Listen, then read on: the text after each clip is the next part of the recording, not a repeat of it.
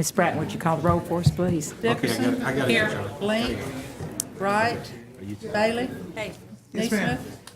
Bale. Harry. Gertz. Here. And Hamby.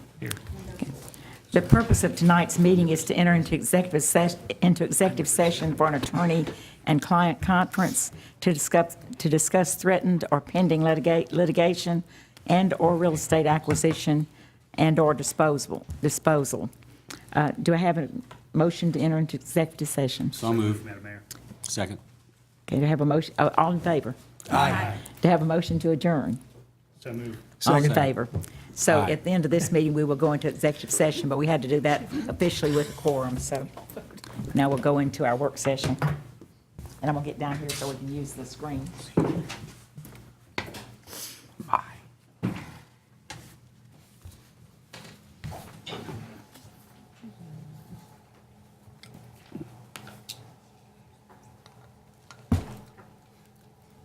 You never know.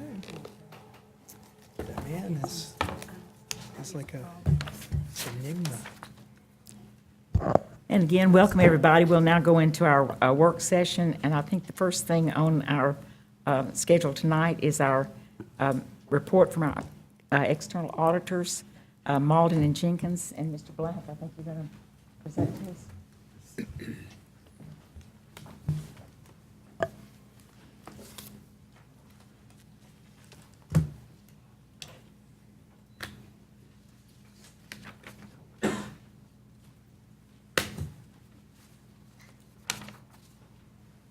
Supposed to come on the screen.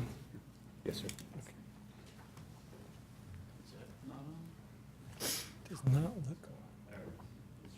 There it goes. Okay. We probably need to turn some lights off, maybe. It's coming on. Yeah. All right, well, Mayor and Commissioners, thank you for allowing me to present our results of our audit. My name is Joel Black. I'm a partner with Mauldin and Jenkins. We performed the audit of the financial statements of the government for the fiscal year ended June 30, 2017. These are the results of that audit. This is how I'll kind of walk through our presentation. I'll talk very briefly about our firm. I'll go over the overall results, and then in lieu of kind of going through this big, thick CAFR, the financial statements of the government, we'll have some financial trends in here, ratios, some trends for a few years that we'll talk about a little bit, and then we'll get into comments, recommendations, some kind of emerging issues, and then questions. And certainly, we can have questions at the end or throughout. If I go through something too quick or you have a question on a slide, certainly feel free to stop me in the middle. We don't have to wait till the end to ask questions. Just a little bit of reminder about Mauldin and Jenkins. Government is a big part of what we do. It's probably at least a quarter of the firm. We have 9 partners in the firm. All they work with are state and local governments, including myself. So we work with more cities in Georgia than anybody, more counties in Georgia than anybody. We're very experienced. It's what we do, and we did that for you. I was the overall engagement partner, meaning I was overall responsible for everything that happened on the audit and the reports. We do have another partner, in this case was Doug Moses, who performed a review of all the reports and certain significant work papers and things like that as a quality assurance mechanism. Overall, we followed all the applicable auditing standards, so government auditing standards, generally accepted auditing standards. It means our objective was to make sure that the financial statements as presented by management are materially correct and in accordance with generally accepted accounting principles. And your overall report for 2017 was unmodified or clean. That's the opinion that you would hope to receive. It's what you did receive, says the financial statements are materially correct. Moving on, significant accounting policies. If I were a commissioner or elected official, I would want to know, do I have any unusual accounting policies, aggressive accounting policies? And you don't. They're all detailed in the financial statements of the government, but they're all very standard, typical things that we see with all our government, so nothing unusual or aggressive. We do spend time with significant estimates that are made. There are more and more estimates, it seems like, every year coming to qualify and be in accordance with generally accepted accounting principles. We spend time with those, the significant ones, because they're more gray and there's more leeway there. But we felt good about all the estimates included in your financials, that they're based on good historical information, consulting reports like actuary reports, things like that. So they're all based on good information and had good assumptions that went into them. The relationship with management was very professional, works like it's supposed to work. They were ready when we came out.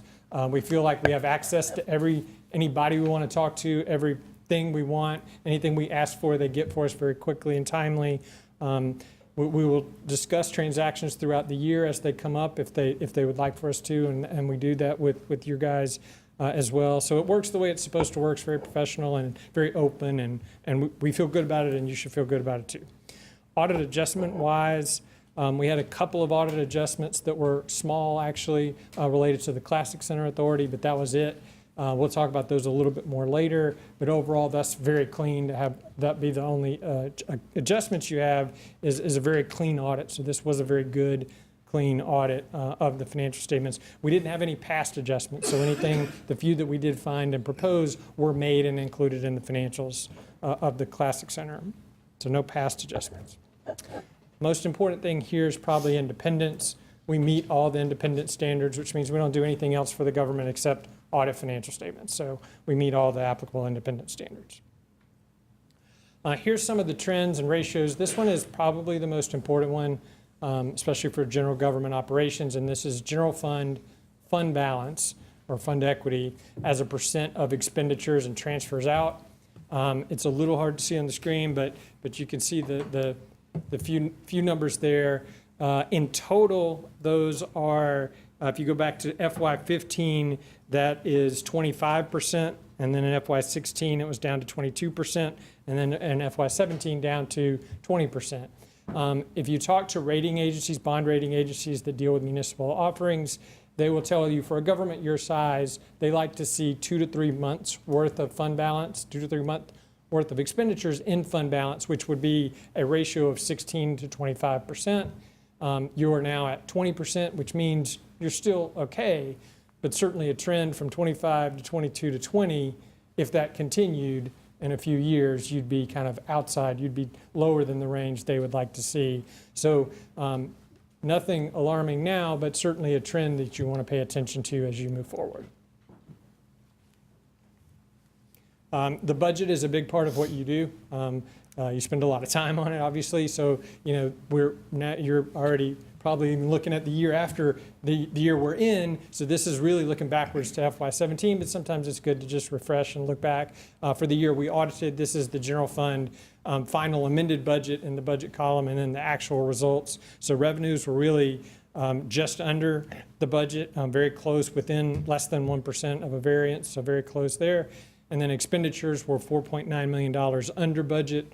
Nothing specific there other than maybe a contingency account, but other than that, it's kind of spread throughout various departments and just general cost savings. Nothing in particular that was under budget of substance or significance. So overall, in the end, you budgeted to use $7 million of fund balance, and in the end only used $2.8 million of fund balance, and that is leading to that ratio that we looked at on the last slide going down. This slide looks at tax revenue or general fund revenues by source, so predominantly taxes, and you can kind of see the trends and differences there. They're all pretty consistent. If you look over the last 6 years that are presented, so property taxes is a big part of what you have, but sales taxes is also significant, other taxes, and then other revenue. There's a little footnote there at the bottom. That includes charges for services, grant revenues in the general fund, fines and forfeitures that go into the general fund, things like that. So this, it's spread out pretty well. You're not too reliant on any one revenue source. Property taxes for all governments in Georgia are a big part of what they do. So that's certainly not unusual, and I certainly see others that are more reliant on property taxes than you are. So I think this is a good diverse range for your revenues, and also they haven't changed very much, been pretty consistent over the years.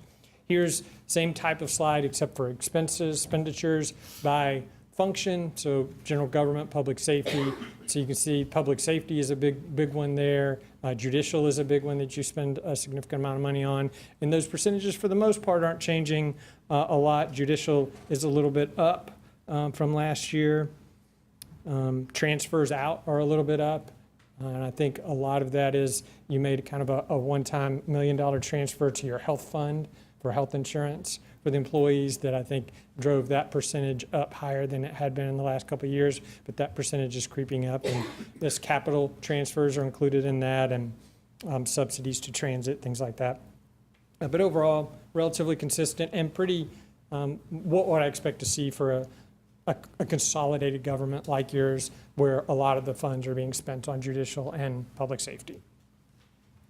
And then here's the same expenses just by type. So personnel is a big expenditure, and that's very typical of governments. They're usually large employers, and this is a typical range for a percentage of your expenditures being spent on personnel. The operating expenditures do look in line too, and actually have shrunk a little bit percentage-wise as the transfers out went up again. That's the same transfers from the last slide.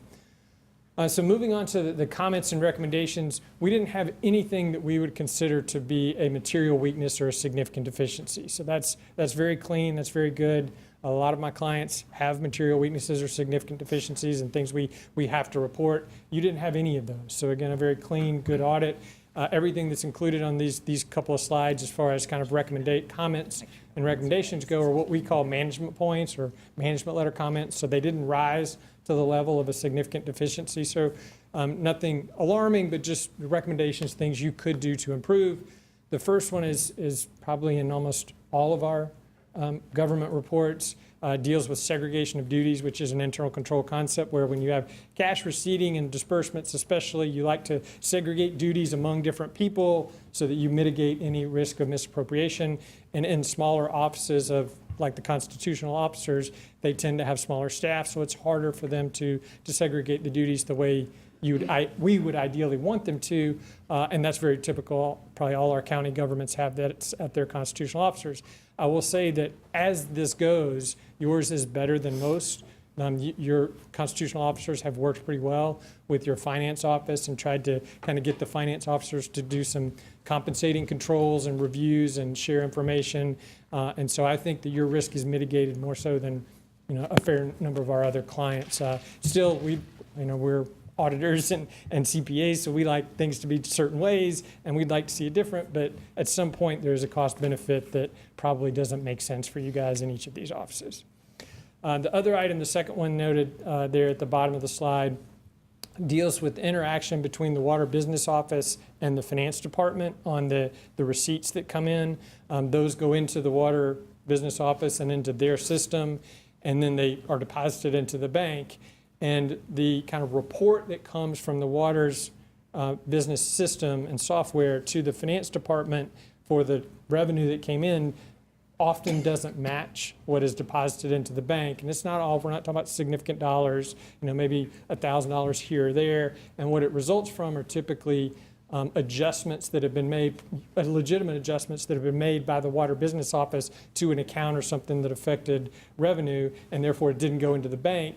But the finance department doesn't have all those details, so they can't reconcile those two amounts, and they have to call the Water Business Office and kind of deal with getting it reconciled. So in the end, the account is reconciled. There are no problems with it. It just probably takes longer. But ideally, the Water Business Office would kind of do that reconciliation because they have all the information and details and make sure that those numbers agree when they send that report to finance, so that finance doesn't have to spend the time going back and figuring it out and reconciling it. So again, it all reconciles in the end and not a big deal. It's just a recommendation to maybe make it a little easier. Moving on to the next slide, the first one there deals with escheat property. Once you have checks that are outstanding and somebody hasn't cashed for more than 5 years, state law says you should escheat those to the state and file the appropriate forms. Those offices there had some outstanding checks that didn't total a lot of money that should be escheated. I think these offices, because this is all they have, they are doing escheatment. They just maybe aren't doing it as timely. Maybe these have been just crept over the 5-year mark and they haven't escheated them yet. So just something to pay attention to. But so again, not a lot of money and just another recommendation. The second kind of one in the middle of the slide there deals with the magistrate court.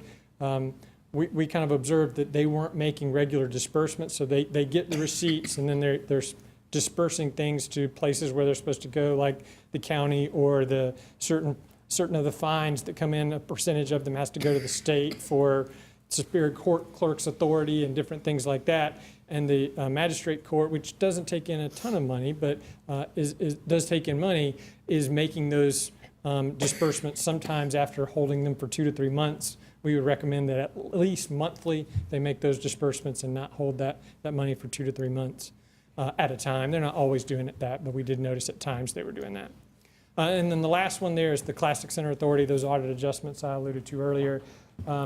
If you've been in these the last few years, the Classic Center Authority had some material adjustments that we had to make a couple of years ago, and then they've kind of gradually every year gotten better and gotten improved their staffing and gotten better and gotten these down to now that this isn't what I would consider significant. We had, I think, 3 audit adjustments, mainly dealt with prepaid assets. They were immaterial. Even if they hadn't booked them, it wouldn't have been that, we wouldn't have said the financials weren't materially correct. They were booked. Again, very small. This is another improvement by the Classic Center Authority on keeping up with their books. These are very small, and I'm sure that Karen will probably even not have any next year. Just pay attention to those prepaids, and we'll be good. The rest of the slide deals with the Governmental Accounting Standards Board, which is the accounting standard setter. They set generally accepted accounting principles for governments. I like this stuff, so I get into it because it's what I deal with every day. I understand not everybody in the room probably wants to hear about these, so I won't spend a lot of time on them. I'm going to highlight a few, though. They are very busy, the GASB. You can see this slide and the next slide are 6 standards that we actually implemented all this year. Most of them didn't have a significant impact. The middle one there deals with other post-employment benefits, which are other than pensions, primarily health care. The plan itself had to add some disclosures in the CAPR this year. The county did get that information from the actuaries and added the disclosures into the financial statements as they were supposed to. The other significant one there, GASB 77 on tax abatements. You did have some tax abatements, but they weren't what the government nor we considered to be material, so we ended up not disclosing them. We did, audit the information, we note the amount, but I didn't consider it material enough to require it to be in the notes for disclosure in the government's financial statements, so we did implement that this year. None of those were overly significant. These are standards coming in future years that will impact you. I'll talk about 2. The most significant one is GASB 75. They're at the top. Those same other post-employment benefits, those health care post-retirement benefits that you offer to your employees. In 2018, you're going to have to implement this new standard, which changes the accounting for that liability and will result, it won't affect the fund statements, but the government-wide kind of full accrual statements, not your general fund, but the full accrual statements. The liability that you currently have for those benefits is $131 million. When you change to this new accounting next year, that liability is going to increase from $131 million to $218 million. So it is a sizable increase. All governments are implementing this at the same time. So to the governments that offer these benefits, which is not everybody, but is a significant number of them, are all going to have a liability come on their statements in the same manner. Last thing I'll talk about is leases, GASB 87. This isn't until 2021, but, and this follows actually FASB, so private sector entities are doing the same thing. We used to classify leases as operating or capital. Capital, we created a liability. Operating leases, we just expense as we make the payments. Now the accounting standard, when we implement this, is going to be any of those leases are going to create a liability. We're not just going to be able to expense the payments as they're made, apart from a few exceptions like 12-month leases and things like that. So we've talked about this significantly to the finance department and helping them get ready so that, to the extent you can structure leases differently, maybe to have them be able to be more easily expensed and create 12-month leases and things like that. Maybe that's something you look at, but we're at least paying attention to it, and they're paying attention to it as well, but that's coming in 2021. The GASB continues to be very busy. As a result, we have free CPE that we offer. You guys are all welcome to come. Everybody can come join us. Your finance department does attend these free CPE, and we go through all these new accounting standards and internal controls and fun stuff like that. So that's it. It was a very good audit. Went the way it's supposed to do. I'll be happy to answer any questions you guys have about the audit or anything I can help with. Mr. Naismith. Well, first, I want to compliment the finance department and staff for, I know they're a good result from the audit. It's really important to everyone. A question, maybe this is to the manager. The water department account reconciliation issue, are we putting some changes in so that reconciliation occurs more real time? Yes, sir. And, we've got a lot of change going on with the water department with our new AMI system. Oh, yeah. And then we're going to transition to a new water billing software. Yes. We just didn't want to introduce all that change at the same time. Yes. For errors. But yes, sir, the answer is yes. So the new water billing software is pretty exciting too. It's going to be a good service to the citizens. That's customers. right. With the portal that they can see their accounts as well. Right. I guess I'd like to hear a little more about the outstanding checks in the constitutional offices. How does that happen? I mean, I know we don't have much control over constitutional officers, but 5 years, Any insights into that? I mean, not speaking specifically to yours, but it happens routine, for whatever reason, people just don't cash checks. I don't know. I mean, this when So these are checks we've dispersed, but no one's Yeah, cashed. they've written, and then somebody just doesn't cash them. Oh, okay. That's what these are. Yeah, I wish I had that problem. And so you see these kind of reports of, you may have found money, go on this website. That's you going to the state to see if anybody's has cheated. Right. You had a check you forgot about and Right. didn't cash, and Right. now it's been turned over to the state, and that's, May I ask two more questions, Madam Mayor? May I ask two more questions? Oh, I thought you were asking a question. No. Yeah, I was going to say, everybody should check that unclaimed property website, because you might be surprised. Yeah. Yes, please. The Everybody else has magistrate disbursement late, he said there were sometimes the disbursements were like 5 months late. Are they good? 2 to 3 months. 2 to 3 months, okay. 2 to 3 months. That sounds like a minor, I know they're short of staff. That's probably the problem there, hey?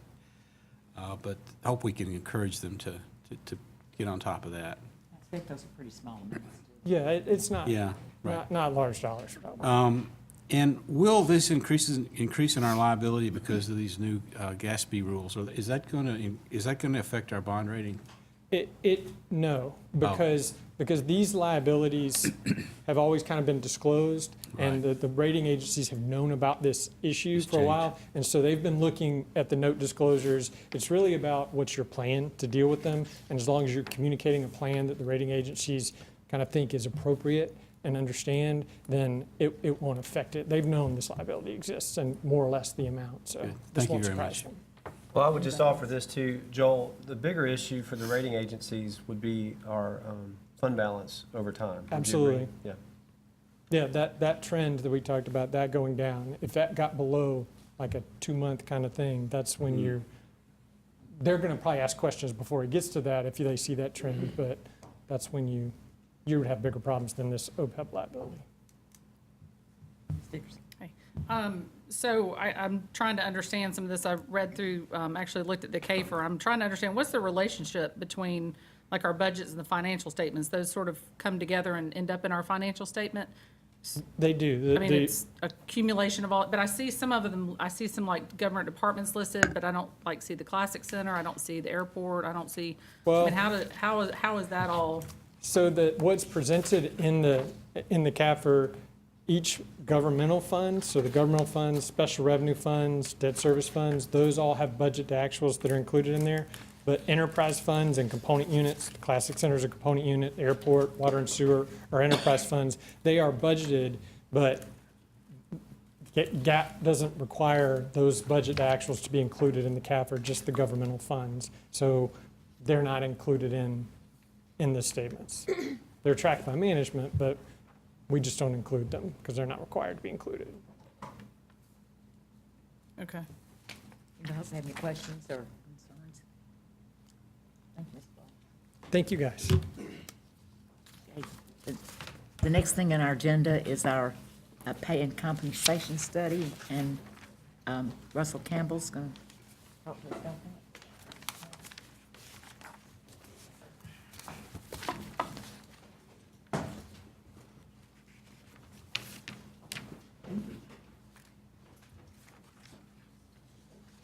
More of a creak in my neck in this situation. I can't see Sharon over there very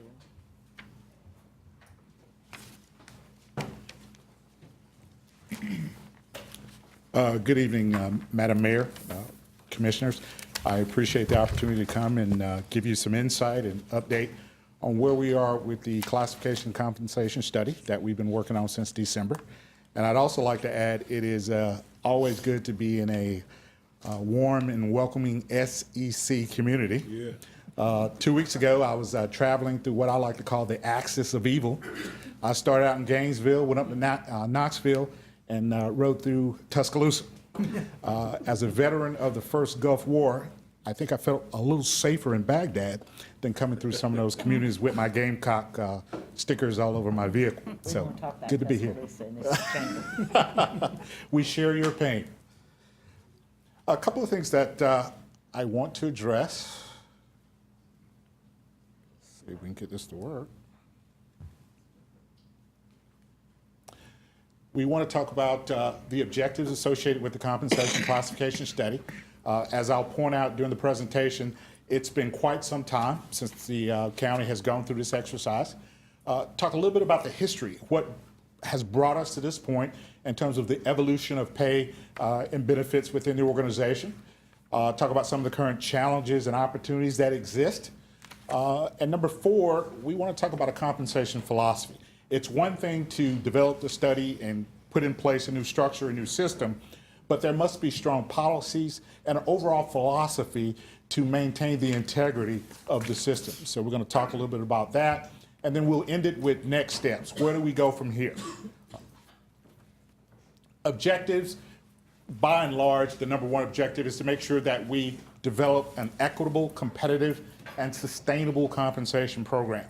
It would serve no purpose if we came in and put together a plan and a system that financially you could not support, or a system that was not fair and treated all positions and the individuals in those positions fairly. We want to talk about policies and procedures, making sure that they're updated as a part of this process. And we want to restore the internal relationship balance as it relates to pay. As I've gone through and looked at some of the salaries for some of the positions, looks like there's some inequity in relation to some of the classifications that currently exist. And I'm going to talk about what has probably precipitated that. But that's definitely an objective in terms of how do we address that. We want to look at the marketplace. We want to determine where you are relative to the market and what, in terms of philosophy, would you like to see in terms of your placement in the market? Do you want to be a market leader, or do you want to come in right at the market average, or do you think you need to be slightly above the market as it relates going forward? Geographically, you're close to a large urban center that other entities are competing for the same types of labor. As a rule of thumb, most people will commute up to an hour one way if the salary is worthy. And so within a very short commute, there are a number of governmental entities that certainly are competitors, and I'm going to identify those as we go through as well. And then the last one, as I said, let's talk about a philosophy. Where do we want to go in terms of pay? What do we want to value? How do we use that to develop a culture within the organization as it relates to pay? Balancing total rewards. What are total rewards? And this is a buzzword that has been around probably for the last 5 years. Everyone's been talking about it. Total rewards encompasses 5 areas. Salary, which is paid for the duties and responsibilities one is responsible for. The benefits, you talk about the health insurance, the vacation time, the sick time, any wellness programs and benefits. Performance and service recognition as part of the total rewards package. And career development. How does one come into the organization in an entry-level position, and how do they advance up within the organizational hierarchy as their skills and expertise develop? Now, the last time the organization did a comprehensive salary study was 1995, and that was done by the Archer Company, and the study was, in fact, implemented. But you notice my second bullet there says best practices is that an organization should conduct a salary survey or salary study every 5 to 7 years. So you can see it's been quite some time since 1995. Why should you do it every 5 to 7 years? Number 1, internal, there can be restructuring, changes in departments, there can be changes in service demand, workload. There certainly can be external changes in the marketplace, economy, could it be in recession, could it be thriving? All those things will impact pay within the organization, and within that 5 to 7 year window is a reasonable time frame to reassess where you are in the marketplace to make sure your salaries are competitive with the surrounding jurisdictions. June 2016, Mayor and Commission approved funding of this study, which is being conducted by Management Advisory Group. I am the project director. I've been working closely with the HR staff and administration since December of 2017. The contract, in fact, was awarded September 2017, and we got started December of 2017. We had initial meetings with the department heads and elected officials as a group. Then we had one-on-one individual meetings with those managers and leaders to talk about any particular issues relative to recruitment and retention in their respective departments.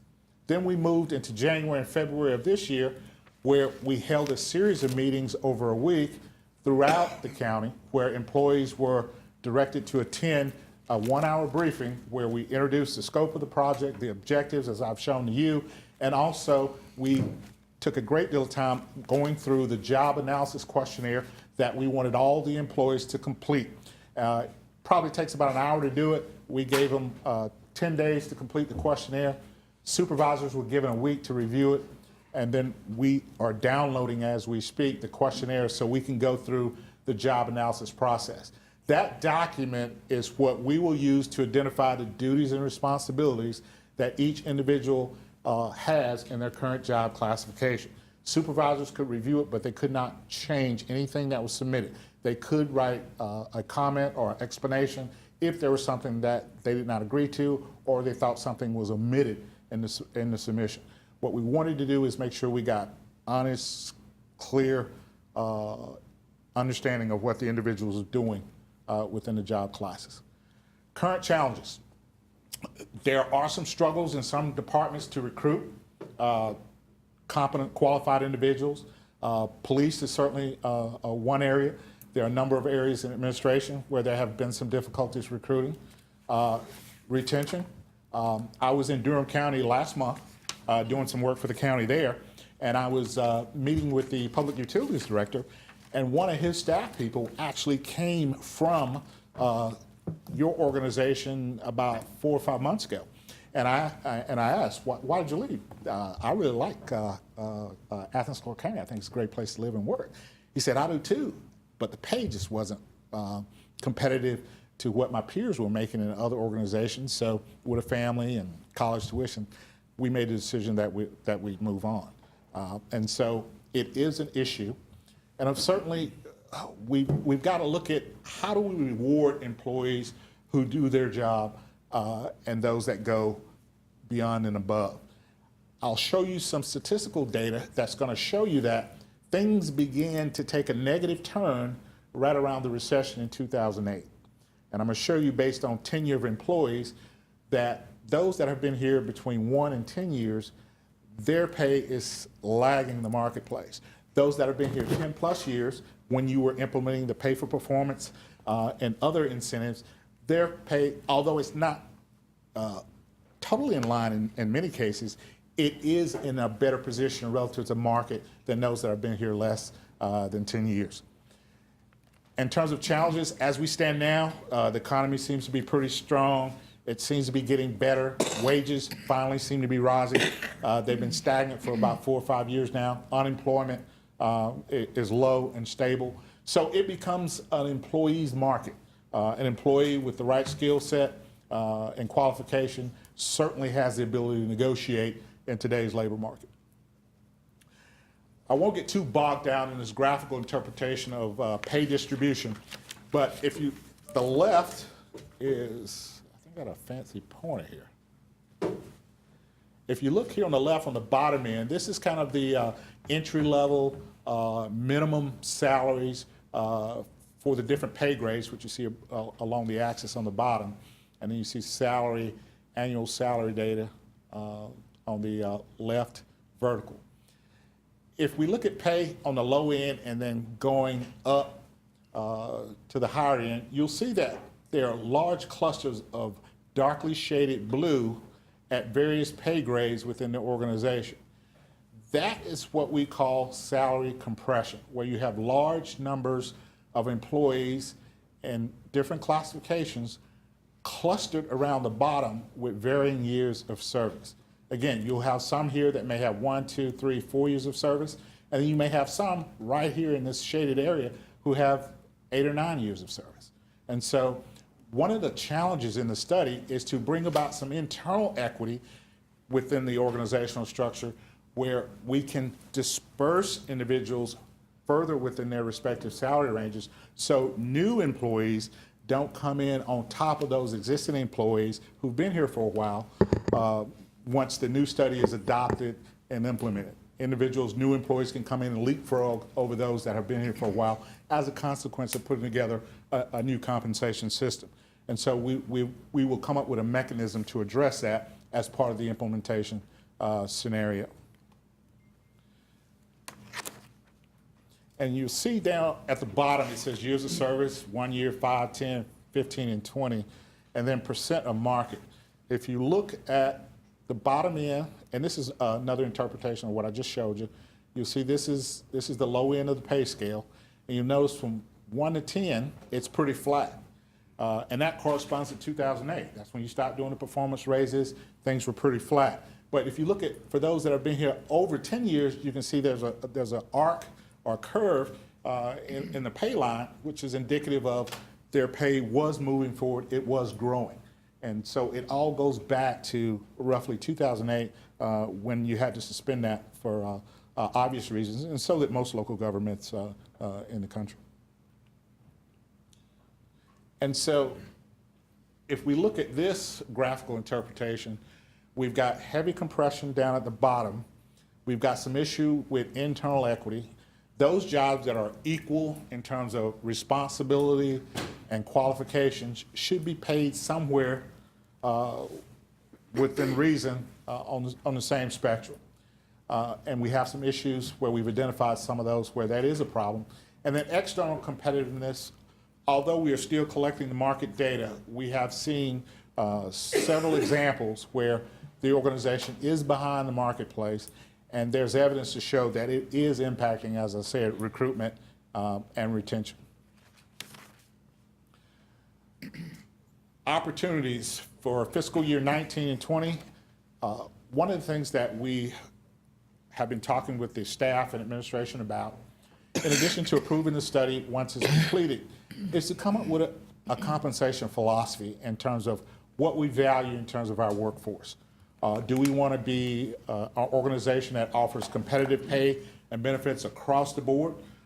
Do we want to be an organization that values pay for performance? Or are we going to be an organization where within our region we want to be an overall compensation leader? Those are the type of discussions that will be taking place over the next couple of weeks. We certainly will be happy to facilitate some of those and provide some insight and guidance as you move forward in the process. As I've told a lot of HR directors that I've worked with around the country, HR is a tough business. But if you want a successful HR department, you need three things. You need simplicity, policies and procedures where you don't have to have a PhD to dissect and understand. You got to have transparency. What you do for one, you do for all. And there's no secrets, there's no backdoor deals. And you've got to have consistency. You've got to follow policy and procedures. And they must be updated, they must be current. And we want to talk about some of the concerns that have been raised as we've had the employee meetings, we've had the interviews. There's some concern that the organization has really, in terms of the community, the growth has really taken off. There's some innovative programs and some things happening. And some folks are questioning whether or not the pay has kept pace with the growth and the change within the organization. So in terms of developing that compensation philosophy, without it, things are not going to make sense to the employees and the leaders of those departments with regard to how they can manage the pay within their organization. I've done a lot of what we call quality of work-life surveys around the country, school systems, municipal, county government, special authorities. When we ask what are the most important things in terms of ranking the most important things for an individual to either come work for an organization or stay, pay does not always come out number one. It's always in the top three. Sometimes benefits, sometimes job security, sometimes advancement opportunity, quality of the leadership or supervision they receive. But it's an important component of the conversation when we talk about recruitment and retention. And so we want to make sure that employees feel that there's a sense of equity across the board, and we want to make sure that we're able to retain the qualified people that we have. This is a university community that has, probably one of the highest rates of bachelor's degrees, master's degrees in the Southeast. So there's a lot of very highly skilled, qualified labor, and we want to put the county in a position where you can hold on to those people, keep them in the community, and not lose them to some of the neighboring jurisdictions. And one of the things that needs to be considered in that equation is how individuals grow in terms of their salary progression as they stay with the organization. And just summary in terms of advantages of having a philosophy: it's articulated to staff, it presents a sense of fairness, it becomes a recruiting tool, because as you recruit new staff, you can talk to them about salary progression, career progression as they join the organization, in terms of how they can grow their pay and their skill set and career opportunities. So based on decisions about key factors, the philosophy can be developed and communicated as follows. This is an example based on some of the feedback we heard from employees, conversations with the administrator and HR. This is something that may be a great starting point. You may want to craft it a little bit different, but I want to give you a sense of idea when we're talking about compensation philosophy, what we're talking about. Here we're saying, as an example, Athens-Clarke County is committed to a fair, consistent, and competitive compensation system that supports the mission and vision of Athens-Clarke County. Athens-Clarke County seeks to attract and retain a highly engaged, quality, and diverse workforce through competitive pay practices that reward and recognize significant achievements while preserving fiscal responsibility. And key aspects of that philosophy: market position. Do we want to lead the region as it relates to pay, or do we want to fall in line with the marketplace? After the study is done, 2 years from now, you would hope that you'll still be in a position to compete as it relates to pay. You would certainly don't want to, in that short window of time, find yourself lagging the market in certain key positions within the organization. Total compensation, it's not just salary, it's about benefits, it's work-life balance. There are a number of things that, once the philosophy has been determined, it's kind of like the structure, the shell, and then the total rewards are the components that support that philosophy. Structure design, this is getting a little technical in terms of the new compensation system, in terms of how it's set up. Step systems are typically what you'll find in school districts. They know each year if they have a successful performance review, they move from step 1 to step 2. Open ranges, of course, is what we advocate because it supports pay for performance going forward. And then within the open range, we can have a banded system where we could have multiple individuals in the same pay grade because their jobs are comparable in terms of worth to the organization, but they can be on different bands within that grouping based on the unique qualifications of their given position. And we talked about reward strategies such as salary progression, career progression, et cetera. So why would you want to lead the market? What percentile ahead of peers would you like to be? I was down in New Orleans. I just completed a study for the New Orleans Water and Sewer Board. They have a requirement that all individuals who work for the board have to live within the city. Well, those of you who've been to New Orleans lately know that after Katrina, the housing market basically doubled. The dilapidated properties were destroyed, and developers came in and built new properties, and rents are astronomical. So there were some people in the Water and Sewer Board making $10 an hour, but a one-bedroom, 800 square foot apartment is about $1,300 a month. And so we crafted a plan where the board was in agreement, and the mayor, that we would put them ahead of the marketplace by about 5%, So to give them some room or some comfort going forward, so they could start to recruit and bring people in. People just would not apply for many of the jobs because they couldn't afford to live inside the city. Why lag behind the market? In my 20 years of doing this, I've only experienced one or two situations where I had an organization where we did the study. It was right at the market, 100% of the market, where they said, well, Russell, we don't have many retention or recruitment issues. And so as part of implementing the study, we think we can be at 95% of the marketplace, and our pay ranges will be such that we feel we still can compete with our neighboring jurisdictions. And this happened to be typically organizations that were fairly rural, where they were probably the largest employer in the area, and most folks did not want to leave that community in terms of seeking employment. Now, in terms of the marketplace and the market survey, these are the organizations that we are directly soliciting information from. One of the first questions is always, what's the rationale for coming up with this list of targets in terms of the market survey? Well, you'll see, first of all, these are all similar in terms of their public sector organizations, cities or counties or school districts. The other similarity is many of them are consolidated governments, like Augusta Richmond, Columbus, Muskogee, we've got Augusta Richmond, Macon Bibb, and then some of them are regional, like DeKalb County, City of Atlanta. Some of them are college or university towns like Knoxville, Charlotte, Mecklenburg, and then we have Greenville, South Carolina as well. And of course, we're going to be looking at state government salaries for comparable positions within the organization. So that's kind of our rationale for looking at these different organizations in terms of the comparison purposes and where we're going to collect the wage and salary data. You notice I do not have a private sector company on that list.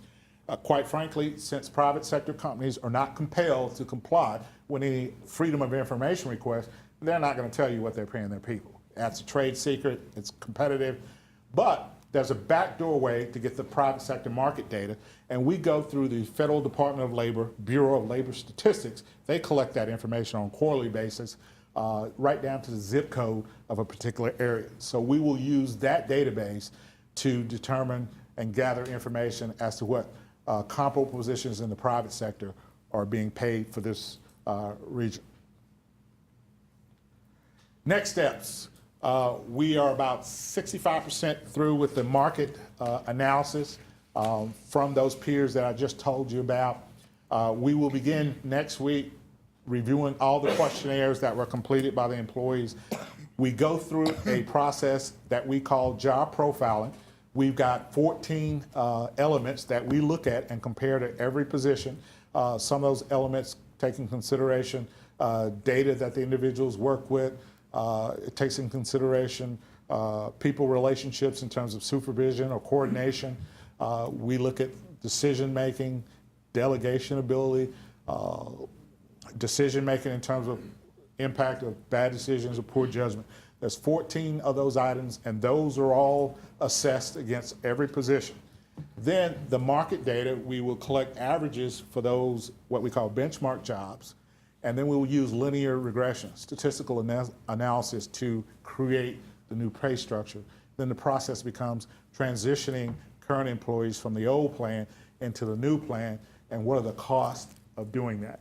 In a perfect world, we'd like to be able to put together a plan that you can implement in the next coming fiscal year. In some cases, that's not possible. Sometimes we have to structure an implementation plan that may go over 2 years or 3 years. But we make sure you have a clear blueprint of what needs to be done each fiscal year to get you where you need to be. At this point, I can't say what the numbers look like, but I can say there are some pockets where clearly you're falling behind the market for some of the positions. We should have the draft report late March.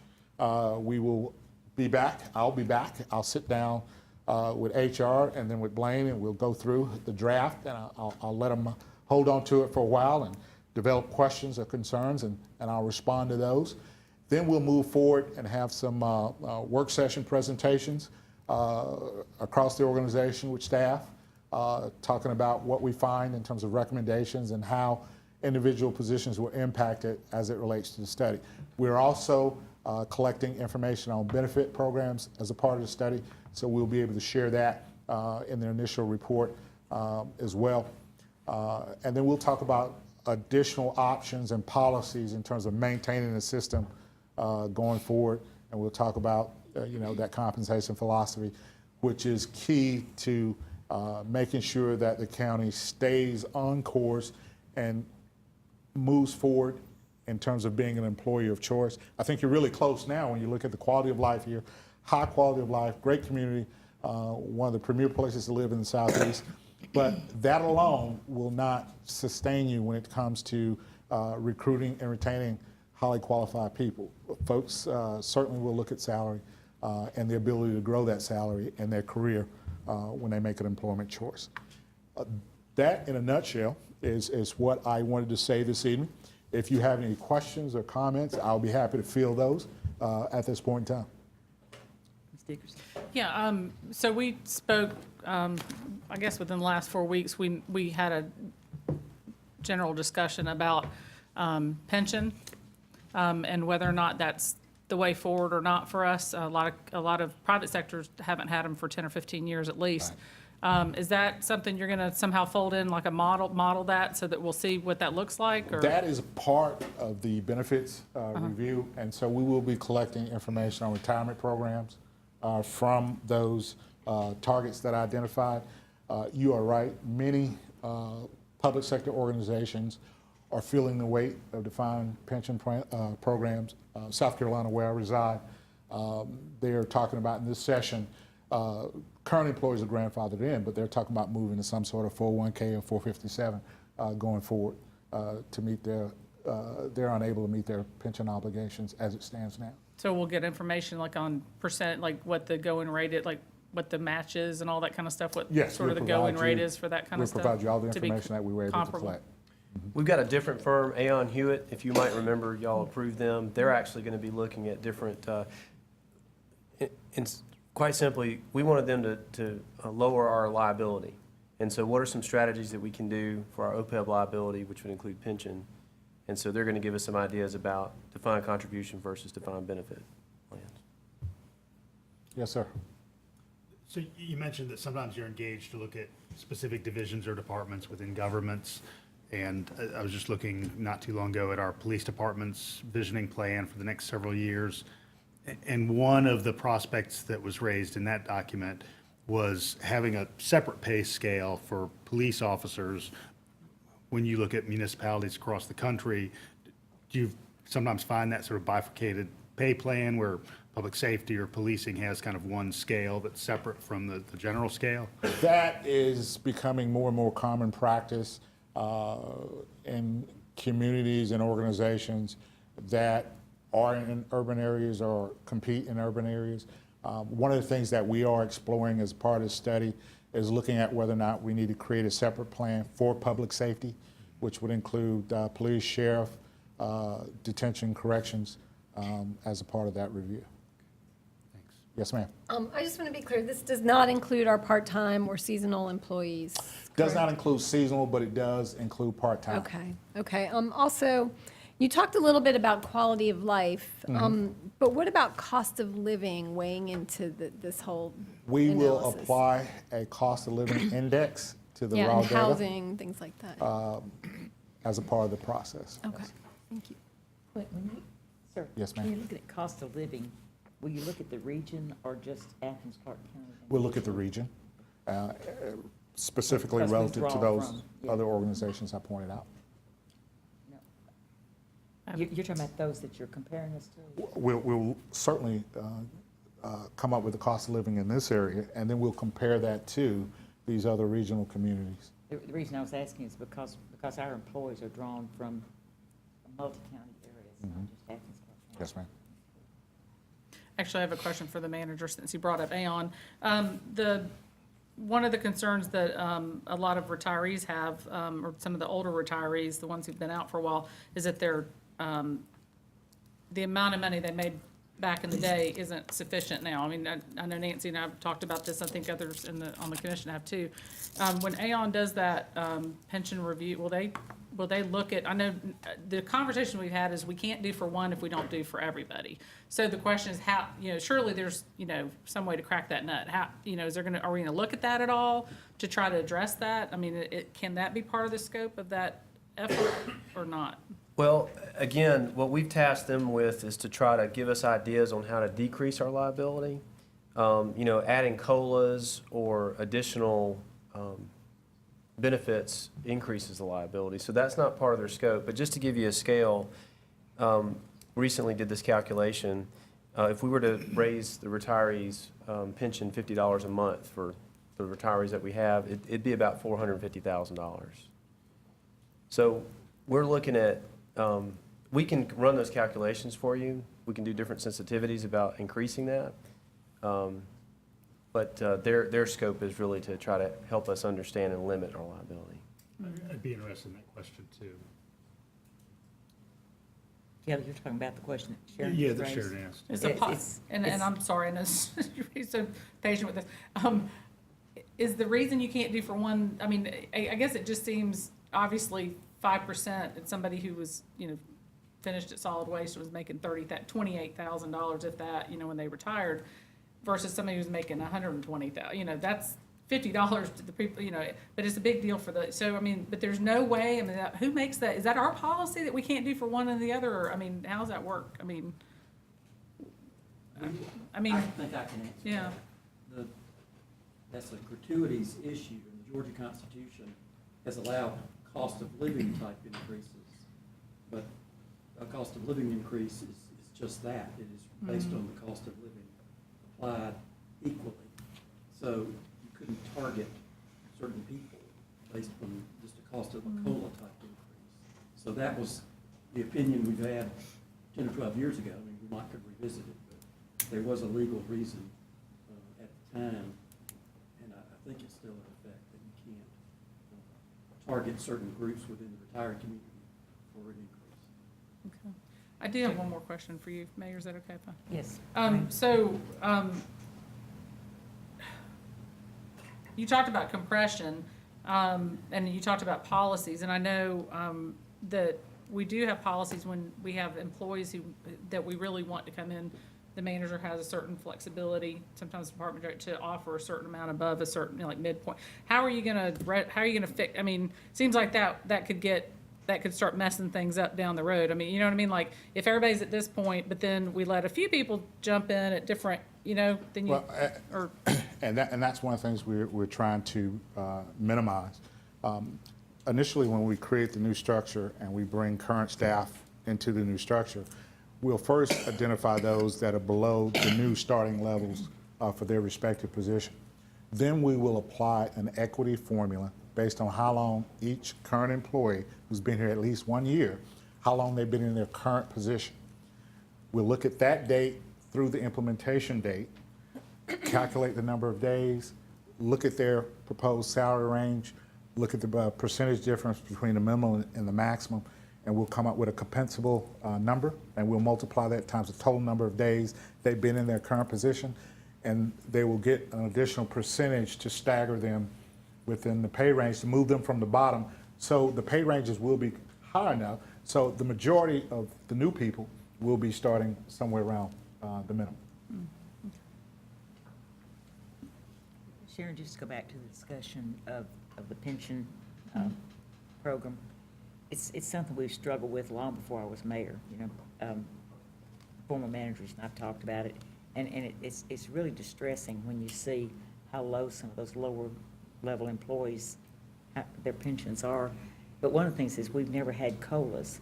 And when you've had COLAs, the inequities aren't as great. But when you have somebody that retires 20 years before somebody else, and there's been no additions to it, it really gets difficult. And I don't know the answer. We're still struggling with it, and hopefully we can come up with some kind of a more equitable situation, but it's tough. But just as a comparison, teacher retirement that I'm on features a COLA twice annually. And so even somebody who might have retired as a paraprofessional from public ed it at least maintains pace with, those With where they were costs when they around things retired. like utilities and groceries and basic living expenses. Any other questions? Thank you. I appreciate the opportunity. I look forward to coming back with results. Well, I look forward to the Thank final you. product. Great. Okay, the next item on our agenda is our bike pedestrian master plan draft, and I think Drew Raessler is going to talk to us.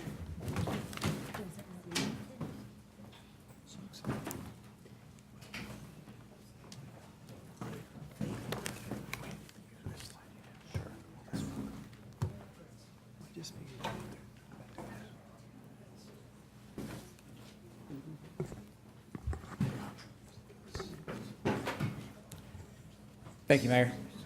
I'd like to just introduce the topic and then turn it over to Ernie and Jared, who are with Tool Design Group and have been doing a lot of the heavy lifting. But I wanted to take an opportunity to thank some of the folks that have served on the Citizen Advisory Committee as well. The purpose of this presentation is to update you on the progress of the Bicycle and Pedestrian Master Plan, which has been branded Athens in Motion, through a lot of the public comment and public outreach periods that have gone on and will continue to go on through this process, as well as provide an overview of the comments received. There have been a lot of great events and a lot of really good input so far, and we hope to continue that through completion of the plan. Present a summary on the draft network. So Tool Design Group, in coordination with the Citizen Advisory Committee and taking into account that public comment, has developed a draft network plan that we've presented tonight in this presentation, and then review the next steps to take it from the draft plan into final completion. So just a brief project history. I won't hit all of these. Some of going into the late 90s and early 2000s, there was the Sidewalk Improvement Program as well as the Bicycle Pedestrian Master Plan, or I'm sorry, the Bicycle Master Plan. That went through a couple different iterations prior to the 2011 SPLOST, and then in 2015, the mayor assigned to the LRC to look at strategies to expand sidewalk and pedestrian infrastructure. Around that same time, the Bicycle Pedestrian Master Plan Citizen Advisory Committee was appointed to assist staff with the development of an RFP to begin the process to develop a new master plan, select a consultant, and then assist with development of that plan. Independent of that process was the revised sidewalk gap program matrix, which has made a number of recommendations, and as just a real brief high-level overview, there are 12 sidewalk gaps that are in some stage of either completion, construction, or delivery. Many of those will be done here in the next year. So a lot of progress being made on implementing those. Those sidewalk gaps have connected or will connect some pretty important gaps in the network. Between April 2017 and February 2018, Tool Design Group has been continuously engaging the community as well as the Citizen Advisory Committee to evaluate the existing conditions within Athens-Clarke County, develop the network, and then refine that same network. Before I turn it over to Ernie and Jared, I just want to thank the citizen members, I think many of whom are here tonight. These folks have been really engaged in the process, have come with a lot of really good ideas, have helped us reach into the community in ways that our staff just wouldn't be able to. So I want to specifically take time and thank them for their engagement, their insight, as well as Tim and Steve. Steve was a phenomenal resource as I was coming on. This process was getting started, and he was someone that I could really rely on. Tim, who's been with the Athens-Clarke County since before unification, has been a great resource as well. To help keep this process going. So with that, I'll turn it over to Ernie and Jared. Thank you, Drew, and thank you, Mayor and Commission. We appreciate the opportunity. My name is Ernie Bauman, and I am the Director of Operations for the Southeastern U.S. for Tool Design Group. We are a national firm that specializes in bicycle and pedestrian transportation, so this is a niche that we singularly focus on. We've had the privilege to work in many communities throughout the country, but Jared and my focus is the Southeast and predominantly Georgia, North and South Carolina areas. I am your project manager from the consultant side, and Jared's your deputy project manager. And so he will be walking you through some of the components as well. So I want to provide just an overview of the process that we've gone through to date. So the project purpose, it has several key elements to it, and these were defined in the original RFP, which the Citizens Advisory Committee helped to put together. The first of these is to harness advocacy and create champions. And I just want to piggyback on what Drew said. I've been doing this for about 22 years now, and this is one of the most engaged Citizens Advisory Committees I have ever experienced. They hold my feet to the fire, and I want you all to know that. They're doing you proud. You picked a strong group of folks that are very passionate about biking and walking, and they are working as hard as any of us are, and so I do want to compliment them. I also want to compliment your Transportation and Public Works staff. Again, just fine folks, and I always tell clients that consultants certainly can be hired and fired, but consultants also choose who they work for. And Athens-Clarke County is someone that we have truly enjoyed working with your staff, and so you need to be complimented in that regard as well. So really, we do believe you have a lot of strong advocates. You have a lot of folks that are champions for this cause, and you have already discovered through putting together this committee that it's very important that you harness those folks and that you really leverage their passion. And so we want to do that through this plan as well as beyond the plan itself. One of our goals too is to increase users, not just facility miles. So what I mean by that is for many years in our industry, the way we measured success we would put a plan like this together, and then maybe 5 years down the road, we would say, well, how many miles of sidewalks did we put in? Or how many miles of bike lanes did we put in? And that was how we would be successful. We would say, oh, well, we put in 10 miles of bike lanes and 20 miles of sidewalks. Well, if you went out and no one was riding in those bike lanes and no one was walking on those sidewalks, what's the point? So what we want your measure of success to be is the increase in users. And what that means is we want to put the right facilities in the right places so that you are increasing the number of folks that are actually biking and walking in your community. Connectivity versus lines on a map. Again, there was a time when these plans were done and you would see a map and every street on the map would have some sort of line on it. Again, that's not necessarily the most efficient way to do these types of plans. So we want to make sure what we're providing to you is connectivity throughout your jurisdiction. Implementable projects.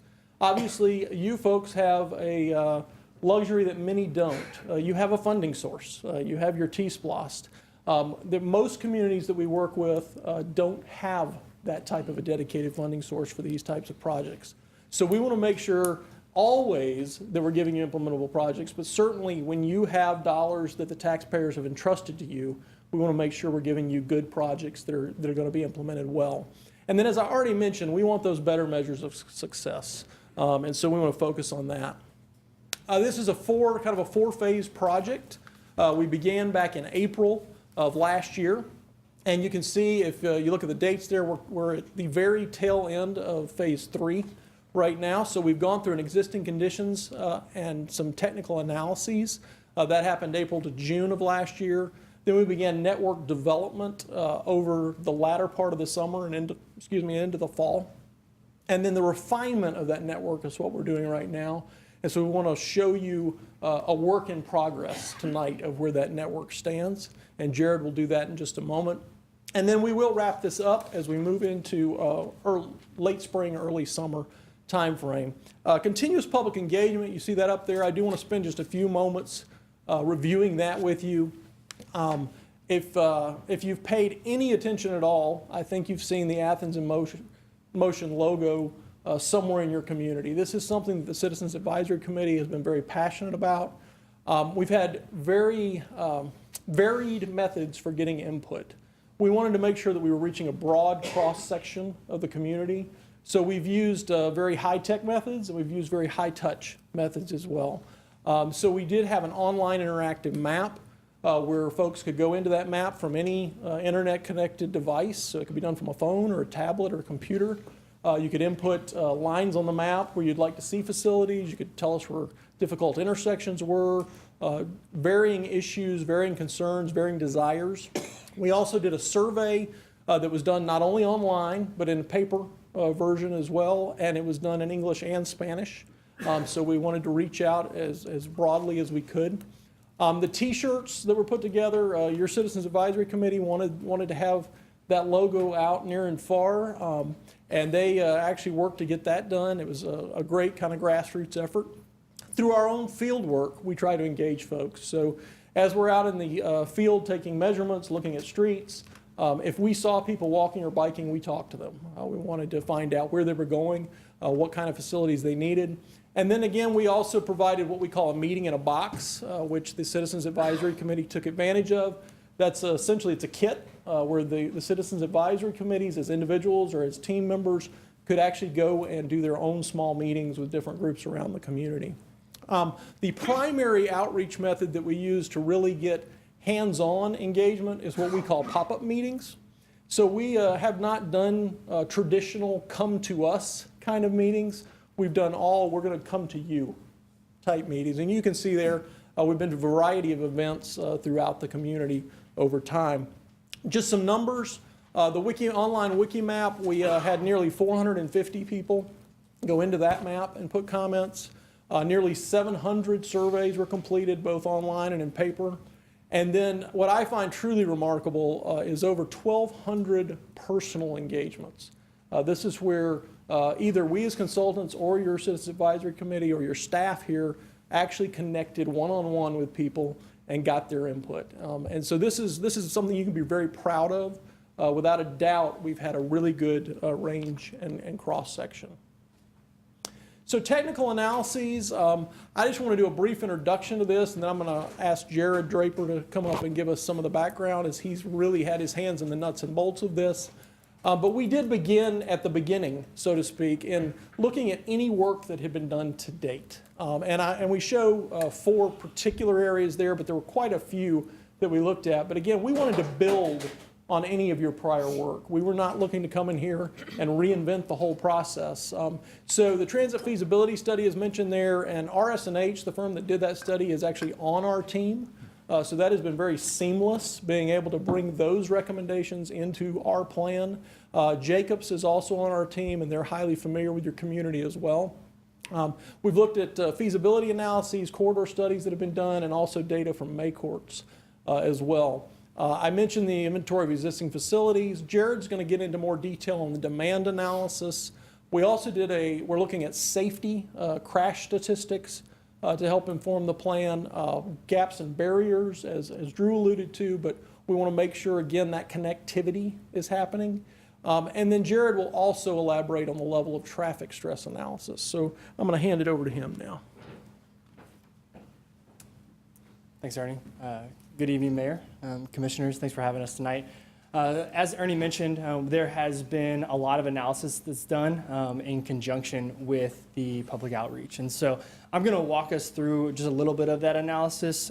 There's a lot of detail, and I don't want to bore you too much tonight, so we'll try to keep it moving. But what we started with was a demand analysis. We looked at existing conditions and other things that might create kind of potential biking or walking demand. And so what we wanted to do was show that in kind of a heat map.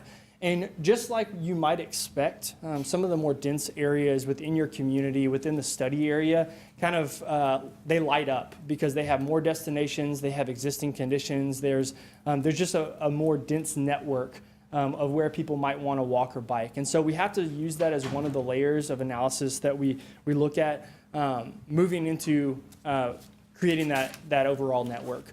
As Ernie mentioned, one of our goals is creating more users. And so we start with national research, looking at different types of users. And one of the things that we're seeing nationally is that we can define specifically cyclists into a number of different groups.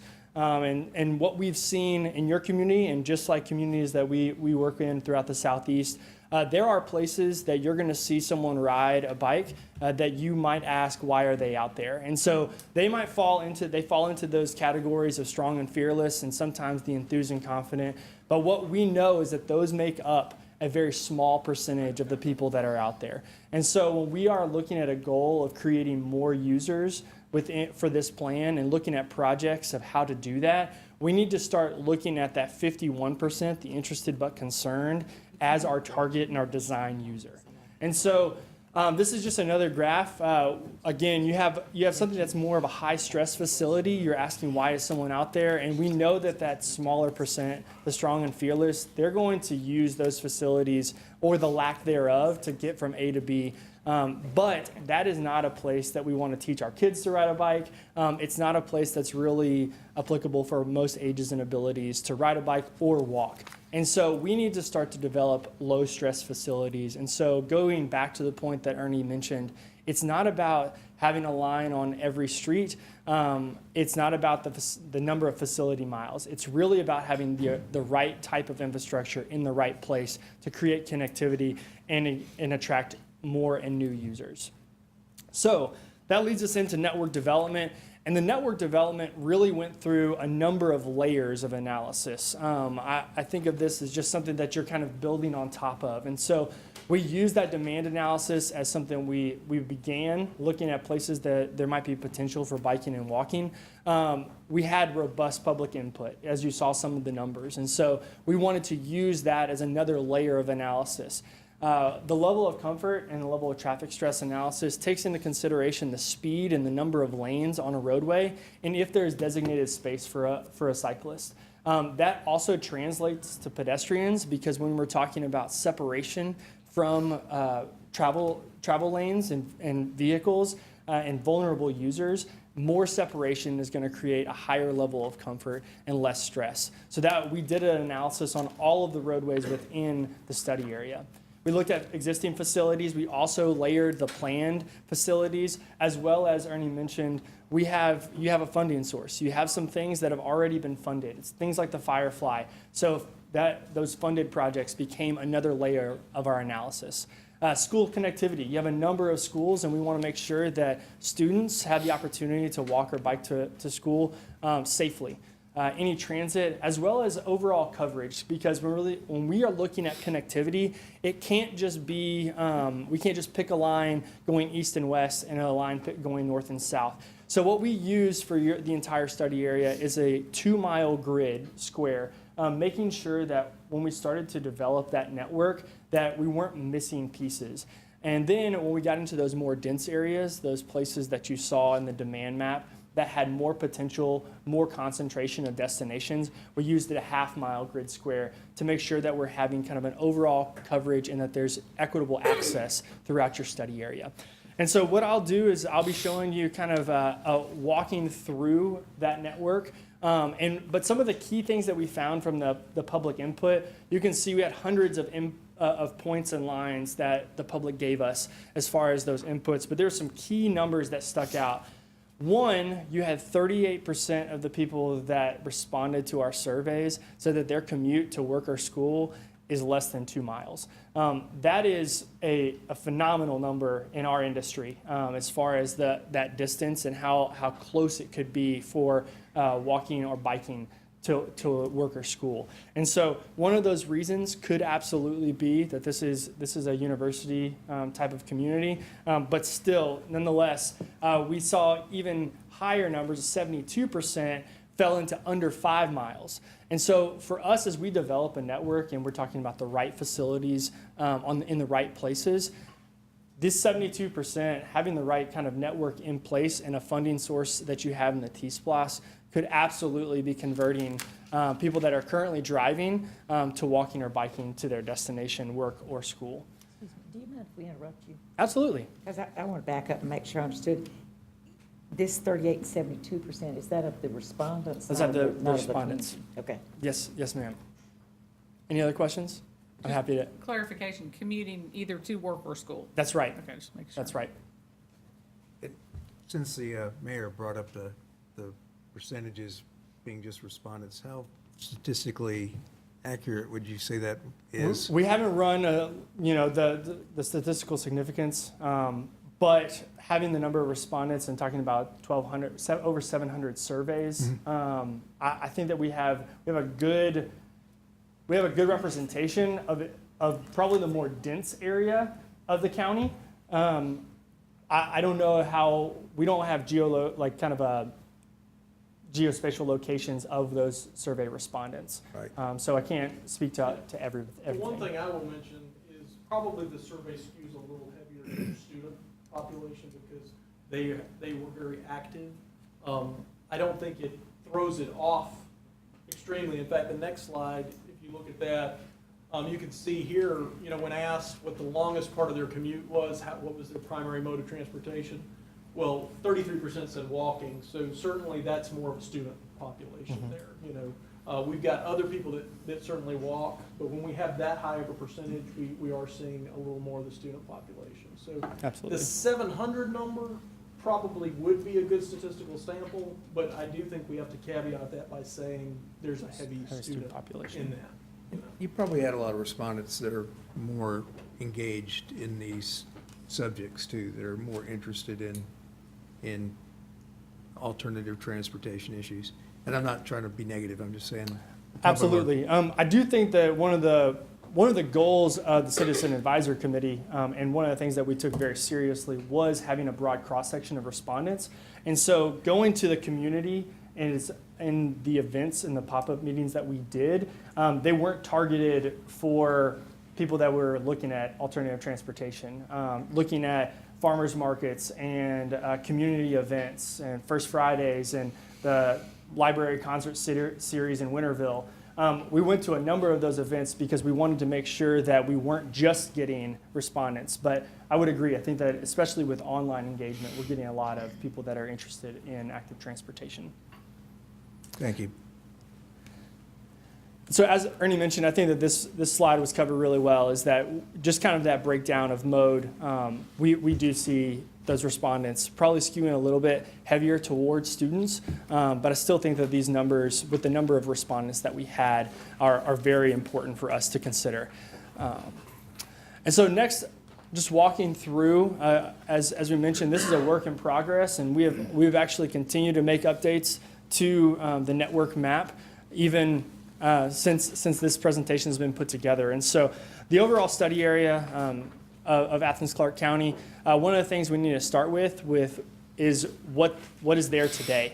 We looked at the 2016 Greenway Master Plan, looking at not only Greenway, but what's being considered existing. And so whether that's a footpath or a dirt trail, where you have existing bike lanes. And so we start with that layer.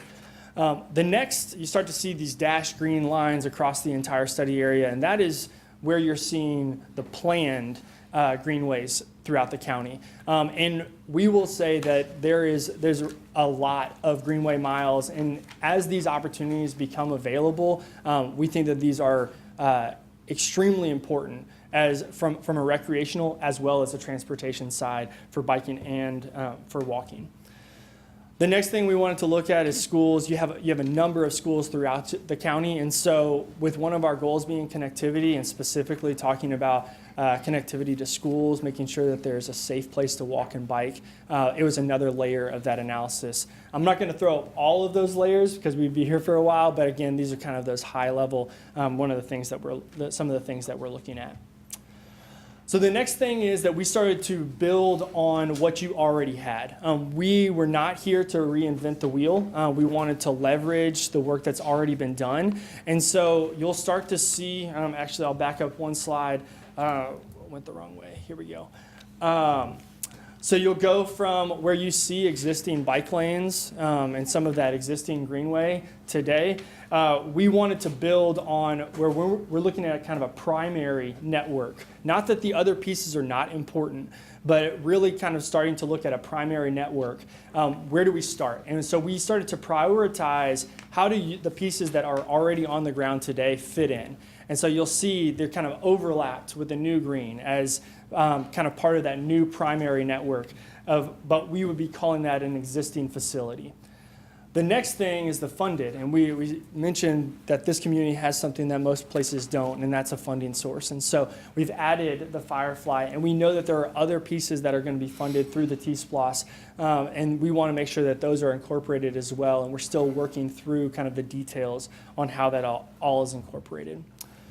Next is previously planned, and I'll kind of do this one more time, is that we go from, you see some of these dashed green lines of where the previously planned greenways are, and which ones are we incorporating into our primary network? And I think we've said this multiple times internally, that if funding is available to some of these others that are not part of the primary network for greenways, we don't think that you should neglect those. Those are important pieces of this entire network for the entire county. But looking at the primary network, we started to see what are those key pieces that are planned today that we would want to incorporate as part of that primary.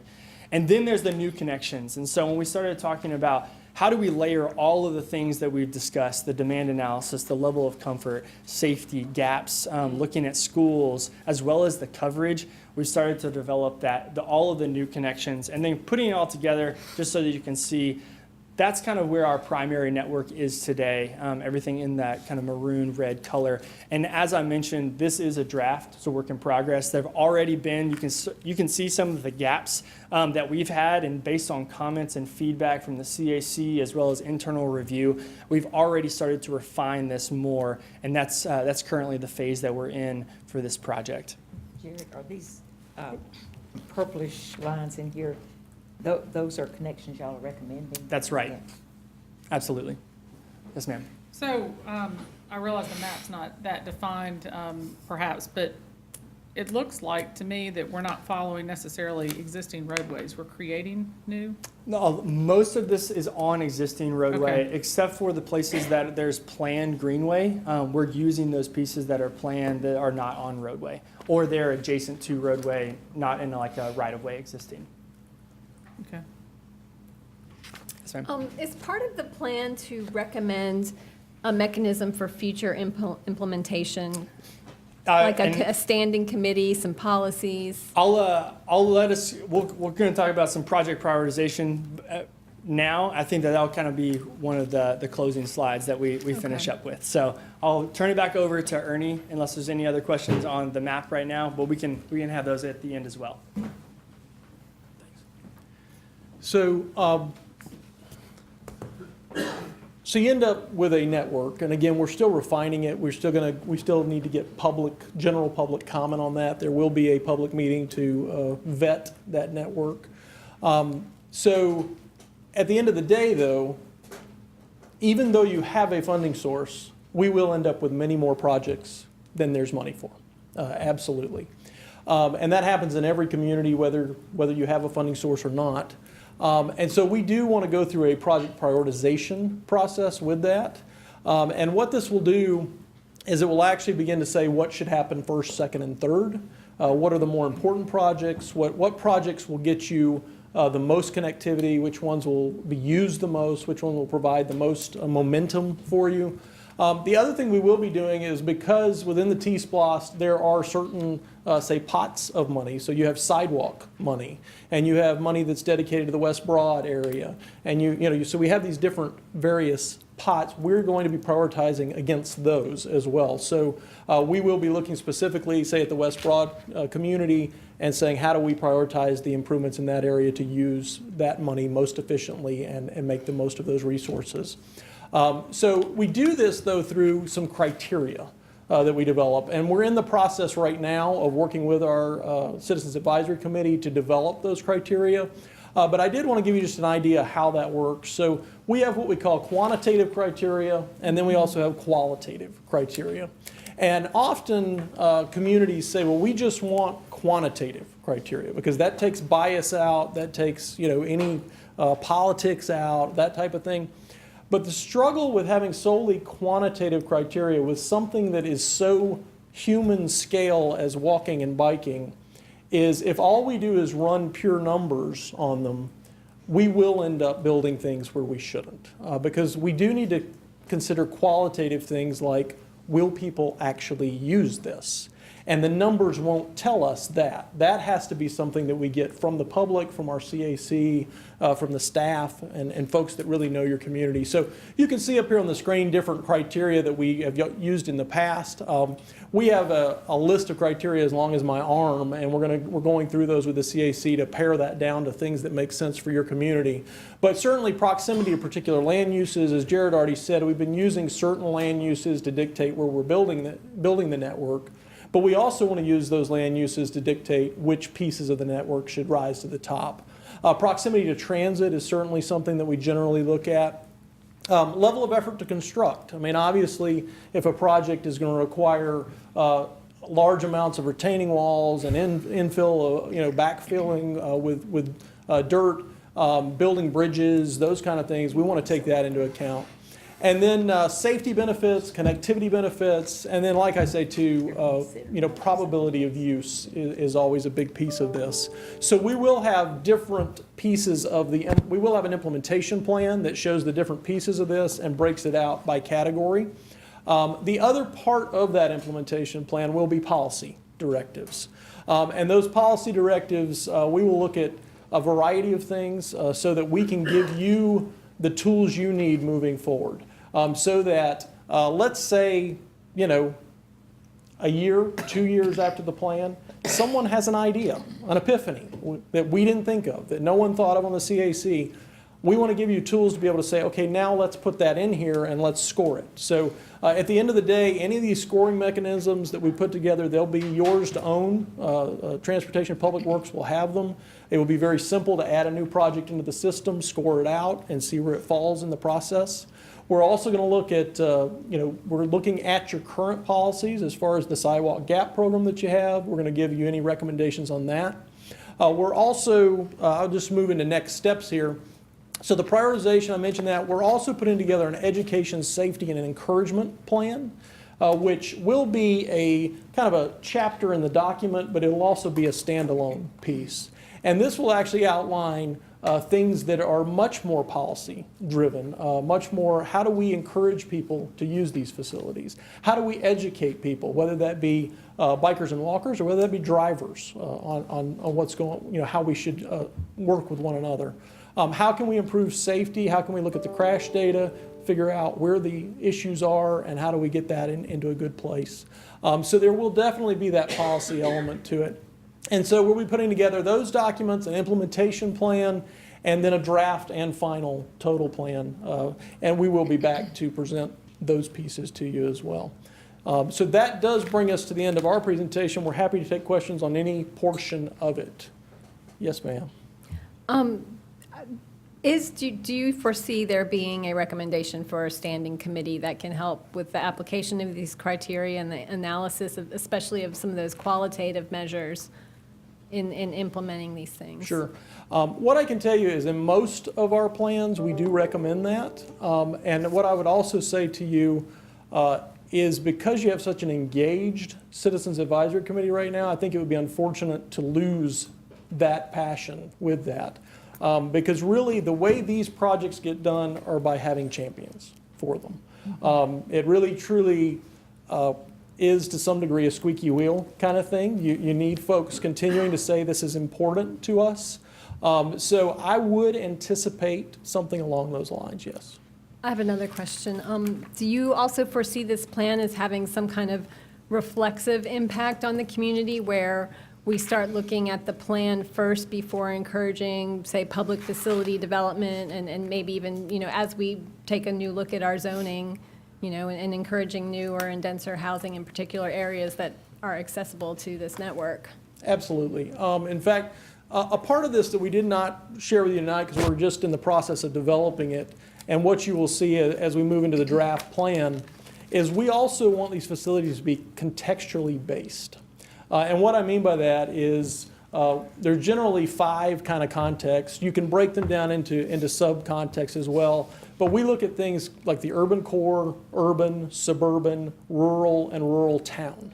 And different facilities work well in those different land use contexts. And so what we're actually developing is a menu of basically street cross sections that will, if you're in a particular context, then these particular street cross sections make the most sense. And so I think that not only will it be something that should be a living document that is referenced on a regular basis by both Transportation and Public Works and planning staff as well as new developments are being considered, but I also think it will have a direct tie to your complete streets ordinance as well, because we'll want to point people back to the plan to see what the right context, the right treatment is in those areas. Absolutely. Thank you. Sure. Anybody else have? Yeah. I was- Sharon That's all right. first thing. Well, I have quite a few, so you're good. Okay. Well, let's let Kelly As go usual, first. yeah.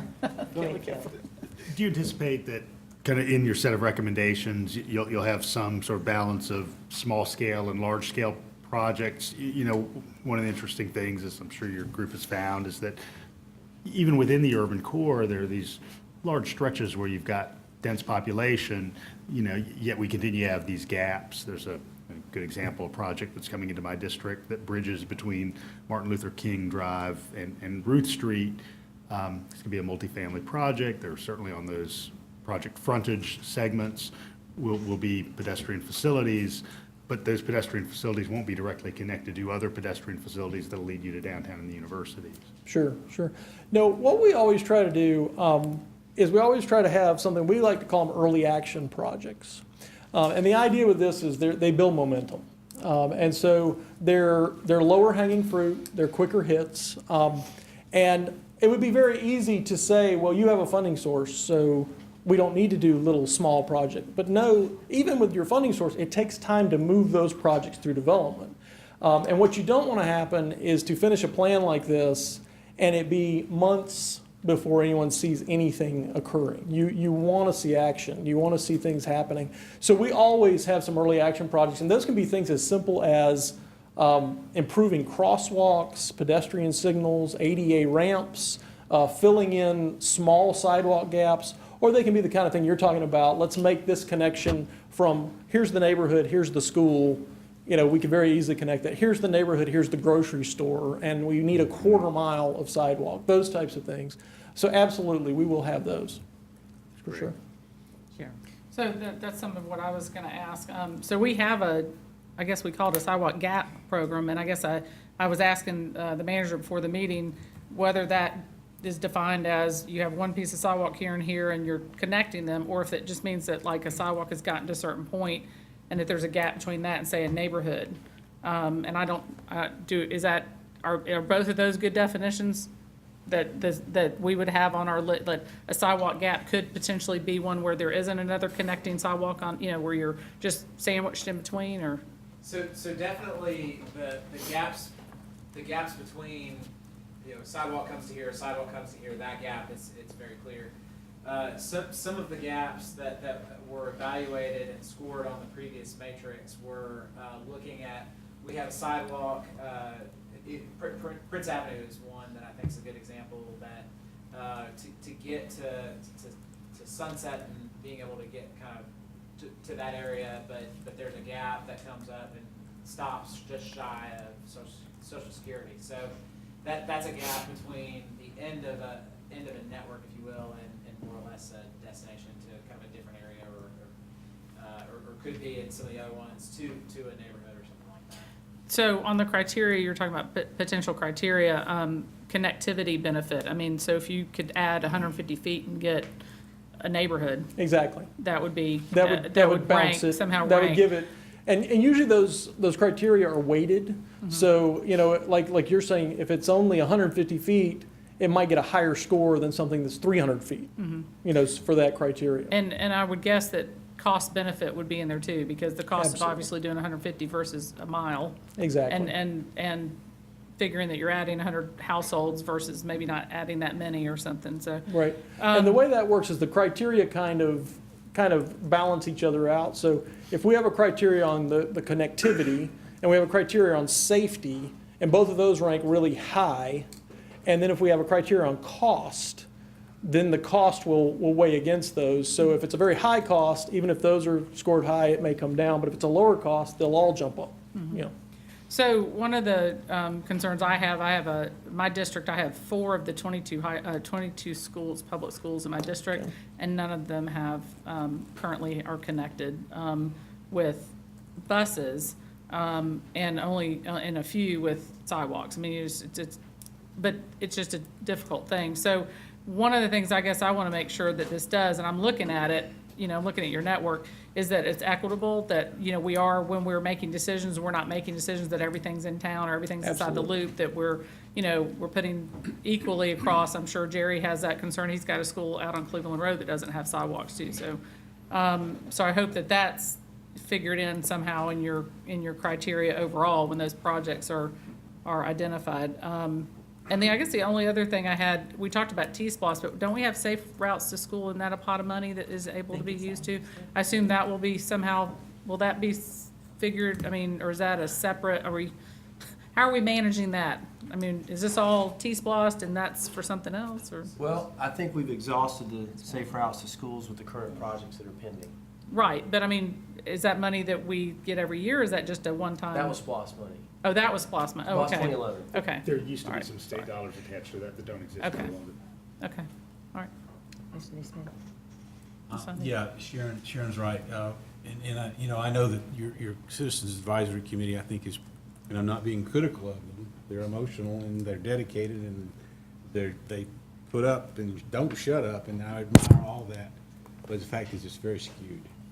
I mean, we have sidewalk needs on the west side, but I can guarantee you the people who need those sidewalks are not part of your Citizens Advisory Committee, and probably didn't show up for any of these surveys.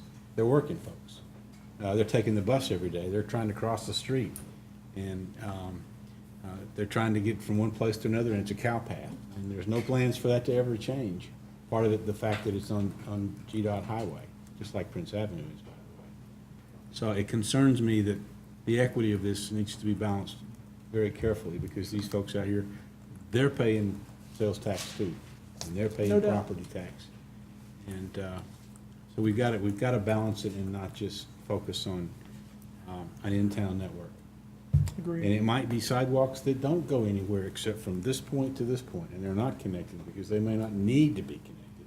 In front of our commercial areas along Atlanta Highway, people aren't going to walk there, but they need to be able to traverse it. Sure. And I doubt that's in your plan. Well, what I want to specify is connectivity doesn't mean it has to go long distance and goes. Connectivity means we're connecting a origin and a destination. So that's exactly what you're talking about. If there is a neighborhood that needs to be connected to a grocery store, it may be a sidewalk that's out here in the middle of nowhere, essentially. Or, as you say, it may be that transit gets me to this location, but then I need to go to all these locations up and down the street. So absolutely. What I can tell you is we can dig into our data some and make sure that I imagine we have heard from some folks in those communities. Because again, what we did not do was have a meeting and ask people who care about biking and walking to come see us. And that was very deliberate, because you are absolutely correct that when we have those meetings, it's only biking and walking advocates that we see at those meetings. When we go out into the communities, and again, I can tell you that folks on your Citizens Advisory Committee sat up tables in low-income, disadvantaged communities and talked to folks, gave out T-shirts. So there is an effort to that. So we're not ignoring that by any means. But what I can also assure you is we will sharpen the pencil, do a finer grain look at that to make sure we're answering your concern. Well, just to amplify the point, Sharon, are you aware of any of these meetings on the east side? I think they were at Southeast-Clarke Park at some point. I think I heard, but I don't remember right off. Well, we don't have a park like that, so I don't think there were any meetings And I think they were in, on the west side. they were in Winterville too, so that's, Yeah. I mean, that's in my district too, but. Okay, thank you. But I'll just reiterate, though, these were not necessarily advertised meetings. Again, a lot of these were impromptu, pop-up type meetings. So that's the nature of it, is to try to capture populations that would not come to an advertised meeting. So, But you also had a survey form, and I'm sorry to interrupt you, and I know I sent that out to my constituents twice, at least Sure. twice. Sure. So people did know about that. Ernie, is there any way that you are picking up as what Mr. Neesmith referred to as cow paths, those walking paths? We have been doing field work trying to pick up those we call them desire lines. It's very clear that people want to go from point A to point B. So again, we've been trying to pick those up as best we can. Again, if you know of particular ones, we'd love to hear those to make sure they are going to be in the plan for certain. If I could finish the point, I would Yes. suggest, for example, if you didn't have one of these pop-ups at the mall, Georgia Square Mall, for example, you missed an opportunity. And I don't think you did. And if you haven't looked at the cow paths on Atlanta Highway outside the perimeter, you've missed an opportunity. Okay. There's just a lot of traffic there. There's a lot of pedestrian safety issues there.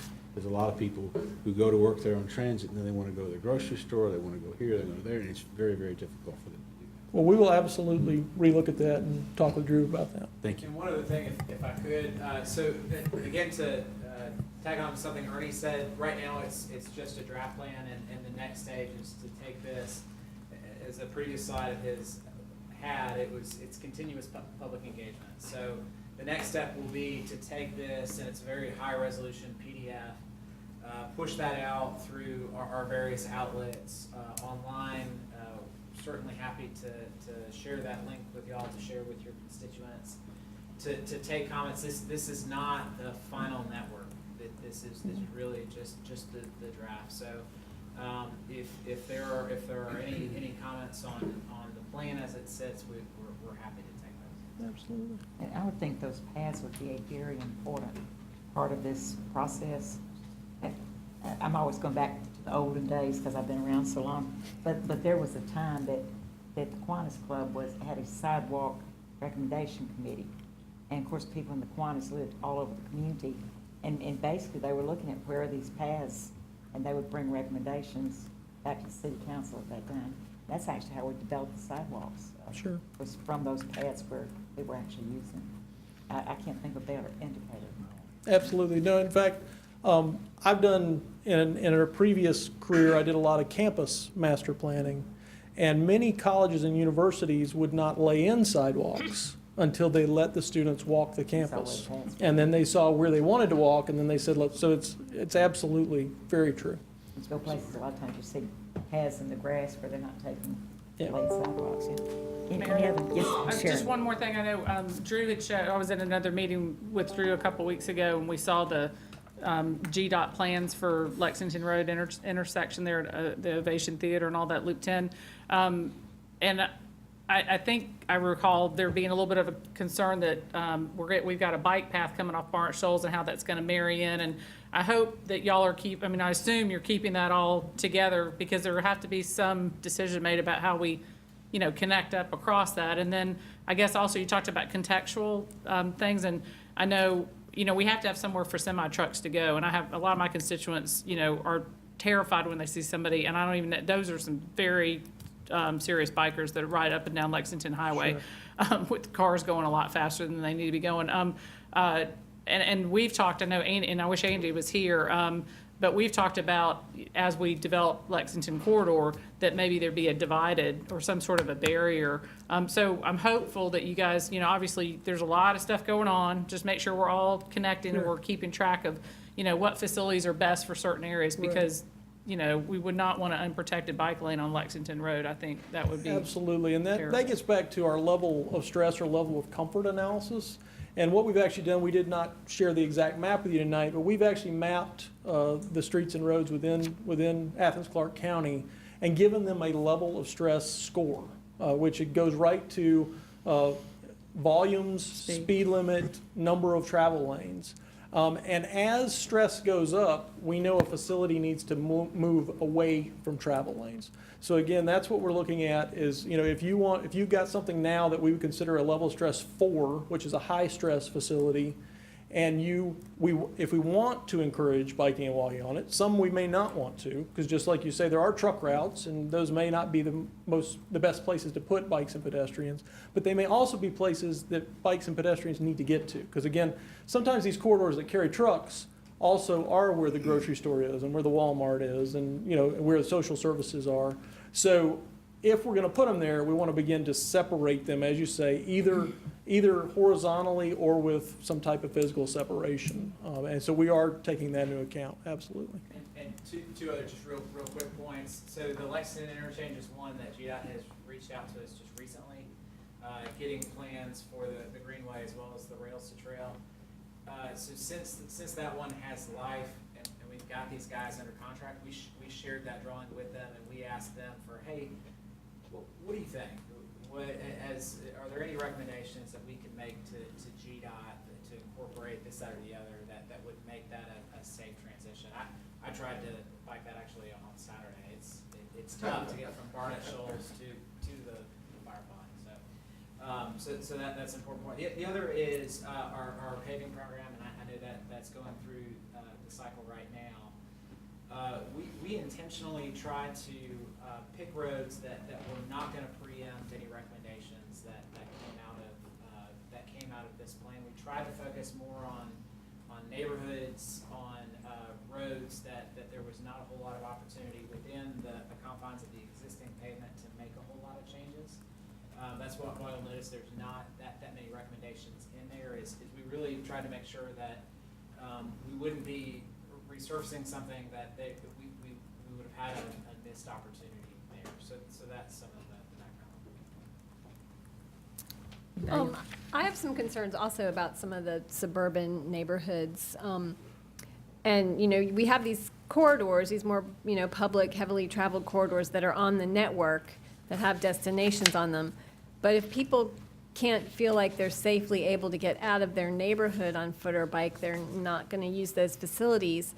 Are there going to be any recommendations for traffic calming within some of these communities? I mean, often they don't have sidewalks, and honestly, in a neighborhood, you probably shouldn't need sidewalks because cars shouldn't really be traveling at a speed that would be dangerous, but they do. Sure. So I feel like traffic calming mechanisms are an important part of this plan to get people walking and biking within their neighborhoods and to the network and out into the other commercial and community destinations. So is that part of the whole plan? We will, it is not a traffic calming plan, so I do want to stress that. However, it will include certain what we call countermeasures that will assist with reducing speeds. So there will be a series of design guidelines in it for those countermeasures. So it'll show a typical installation of a certain countermeasure, how that should be set up, what the dimensions ought to be, those types of things. So there will be those mechanisms in the plan, and there will be policy directives in the plan on when and how to implement those. But I do want to stress, again, a traffic calming plan is unto itself. It could be something of the same nature as what we're doing as far as the scale and level of effort to it. So I wouldn't want to oversell this as a traffic calming plan, but I do want you to know there will be elements of speed calming devices in the plan. Anybody else? Yeah, I'm going to go a little off here because what Melissa said about traffic calming brings me to this. If our state legislature doesn't pass a driving while distracted law, the more pedestrians and bicyclists we have on the road, the more danger driving while distracted is. And it's getting really, really bad. There's not a day that goes by that I don't see somebody going down the road at 45, 55 miles an hour like this. And, it's just a little swerve over here, a biker is going to get hit. So I hope we'll consider taking that up, Madam Mayor, if the state doesn't. Local ordinance. We'll have to see. I understand. There are a lot of fingers that go out when you start talking about those things. But I will tell you something. I'm starting to see bicyclists riding along, using their telephones too. Well, that would be illegal. Yeah. But if y'all are ready to move on, we got two more big items to deal with. Thank you so much. Thank you so much. Thank you. And thank you to our bike and kids committee, because this obviously y'all done a lot of good work.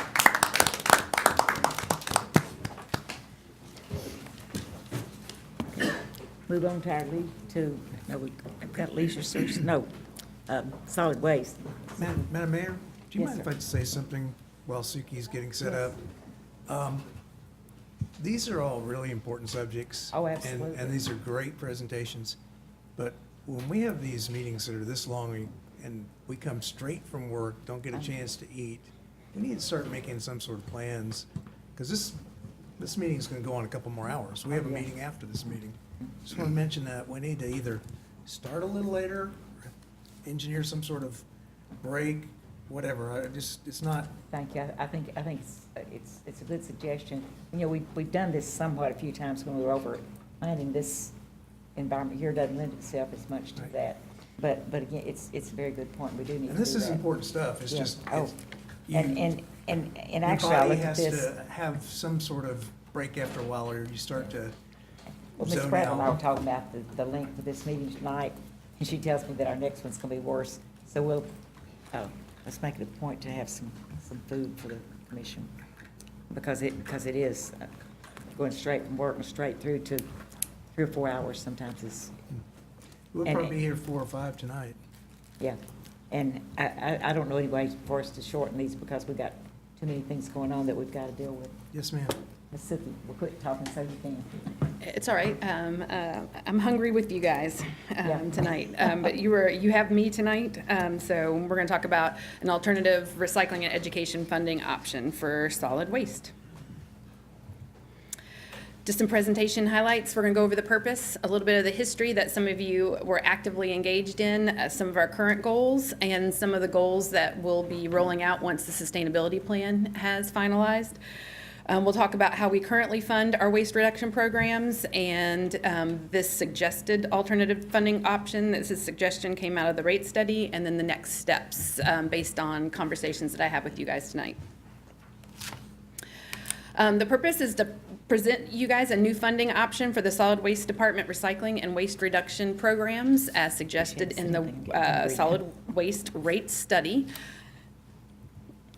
And a little bit of the history, how we got to this point. Back in 2009, some of you were a part of this committee. We had a solid waste task force, which was made up of 17 citizens and co-chaired by 2 commissioners. And out of that committee spurred our waste diversion goals in 2010. Also out of that committee spurred our funding mechanism on how to fund some of those new waste diversion goals. Currently, we still have the waste minimization fee, which was instituted in 2011. The waste minimization fee was instituted to help pay for some of the programs and events that we knew we would have to roll out to achieve those waste diversion goals. Right now, we charge 60 cents per month per residential customer on their trash bills, whether you're a public hauler. If you're a public hauler, Athens-Clarke County is charging you 60 cents per month. That's part of your rate. And if you're a commercial entity, you're getting charged $1.60 per month, either by the public hauler, which is Athens-Clarke County, or one of the 8 private haulers. We have 9 haulers total in Athens-Clarke County, and 8 of the 9 are private haulers. This actually strategy timeline, some of you might be familiar with it, some didn't. This is what staff has been working with since the introduction of the waste diversion program, the waste diversion goals. This was introduced at the same time and approved at the same time. So you'll see some of the strategies and activities that have been put in place to achieve the waste reduction or waste diversion goals. Up to that point, those are the things that we've been working on. Now, what we started to see, and it's due to many factors, we're having some rate issues. Some of it had to do with recycling markets. Some had to do with some staff reorganization that we needed to do within our department. That's what kind of led us to sending out a task order in July of 2015 to have a consultant look at all of our rates, our landfill rates, our collection rates, all of our rates, to see where we stood, because we knew we were having some issues, or in the future we were going to have some issues with funding some of our programs.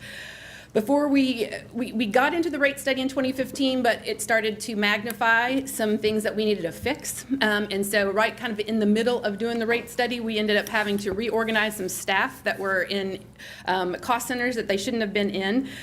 We also had some new programs that just got rolled out at the beginning of 2015 that we didn't know or truly understand the financial impacts of some of those programs that were rolled out. So we waited specifically for the CBD program program to further roll out so that we could analyze the rates in the downtown district. We had several vacant positions that had to be filled, and then most importantly, Blaine had asked us, the manager had asked us to make sure we captured full cost of all of our capital expenditures. And so that was quite the process to get all of our capital in the landfill and in the collections division and also at the recycling facility. So finally, the rate study, we presented it to you guys last April with the intention to implement some of those suggestions in FY18, and we're going to have to carry some of those out in FY19 as well. So that's how we got here and where we are today. So could you mind if we interrupt you? Oh, no, with please. I questions? feel like, we're not as personal as we were in the planning department. I feel like it's a little more formal in here, so please do. I would prefer to be asked the question now. And I know, and if we had a sandwich, we could be eating it. Actually, what is the base, I don't know what's the base year? What did we base our reductions on? 2010. 2010, but what in 2010? We actually took the amount of trash that was going to the landfill and the amount of recycling we were doing, and that's what we kind of based that waste diversion rate on. So it was the total of all waste that we were collecting? That we were collecting at Yeah. that time. Yeah. Okay. And here's our waste reduction goals as they stand right now. On November 3rd, the Mayor and Commission adopted that we would divert waste from our landfill into recycling or reuse activities by 40% by 2015. In 2015, we were at 45%. You see, currently we're not at 45%, and I'll tell you what happened. 60% by 2018 and 75% by 2020. We have been, since we have been doing annual reports in the solid waste department, we actually calculate biosolids to our waste diversion rate. And what's been happening the last year, we've been landfilling more of those biosolids, and that now the biosolids, by and large, except for the amount that we're composting, aren't coming to our landfill, but are being landfilled. So we can no longer calculate those tonnages into our waste diversion rate. So it actually fell from 45% to 38%, mainly due to the biosolids activity that has changed over the last several months. So those are the current goals that we're operating under right now. I will tell you, I pointed out in this slide some of your strategic commitments. One was to sustain a culture of conservation that maximizes waste reduction and increases the life of our landfill, ensures waste is properly handled. We're also working with the Office of Sustainability, and currently we have 5 goals and 34 action items. We do have a stakeholder meeting next week with community stakeholders that will give input on our 34 action items and our 5 goals. What we tried to do, you'll see in the sustainability plan, is we altered the timeline. The waste diversion goals that were passed in 2010 were very aggressive, and we need a little bit more time to achieve those goals, and we have tried to write that in the sustainability goals that you'll be seeing later this year. Yes? It strikes me that biosolids is a totally different animal, and if we see that our diversion program is not hitting the numbers, and it's because of biosolids, we're sending the wrong message to our citizens. In other words, our citizens are a very big part of our waste diversion program and their actions. And I think it seems to me like biosolids needs to be a separate goal and a separate measurement so that we can see the effectiveness of our trash diversion.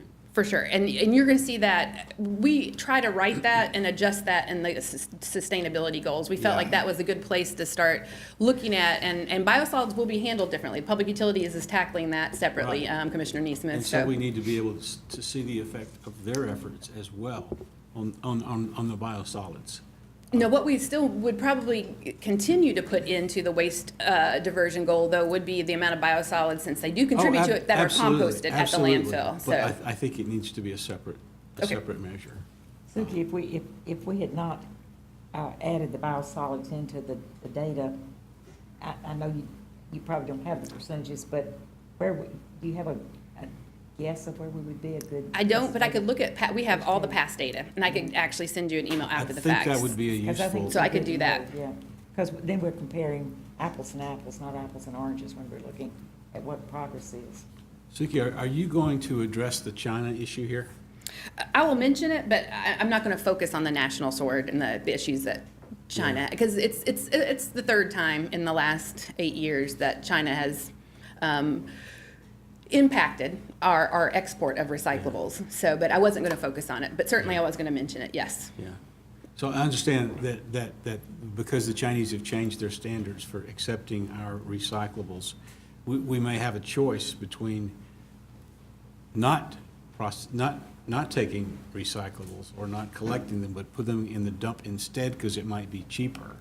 And of course, my opinion is we don't want to do that. You know, we may have to figure out a way to increase the expenses that we have for recycling because we're not getting the revenues, potentially not getting the revenues we used to get from that material. And that's So- exactly why we're here tonight too. I thought so. You'll see on another slide, our revenues have fallen from the recycling facility. Certainly. I mean, there have been 2 years in the last 5 that we basically barely made enough to cover our processing and didn't 1 year make enough off the revenues to cover our processing fees at the MRF. Thank you. So, and certainly China, now I will say, we are impacted a little differently here in the Southeast. Since you brought it up, I will say that our material tends to stay in the Southeast, although we do have scrap steel that goes up to Pennsylvania.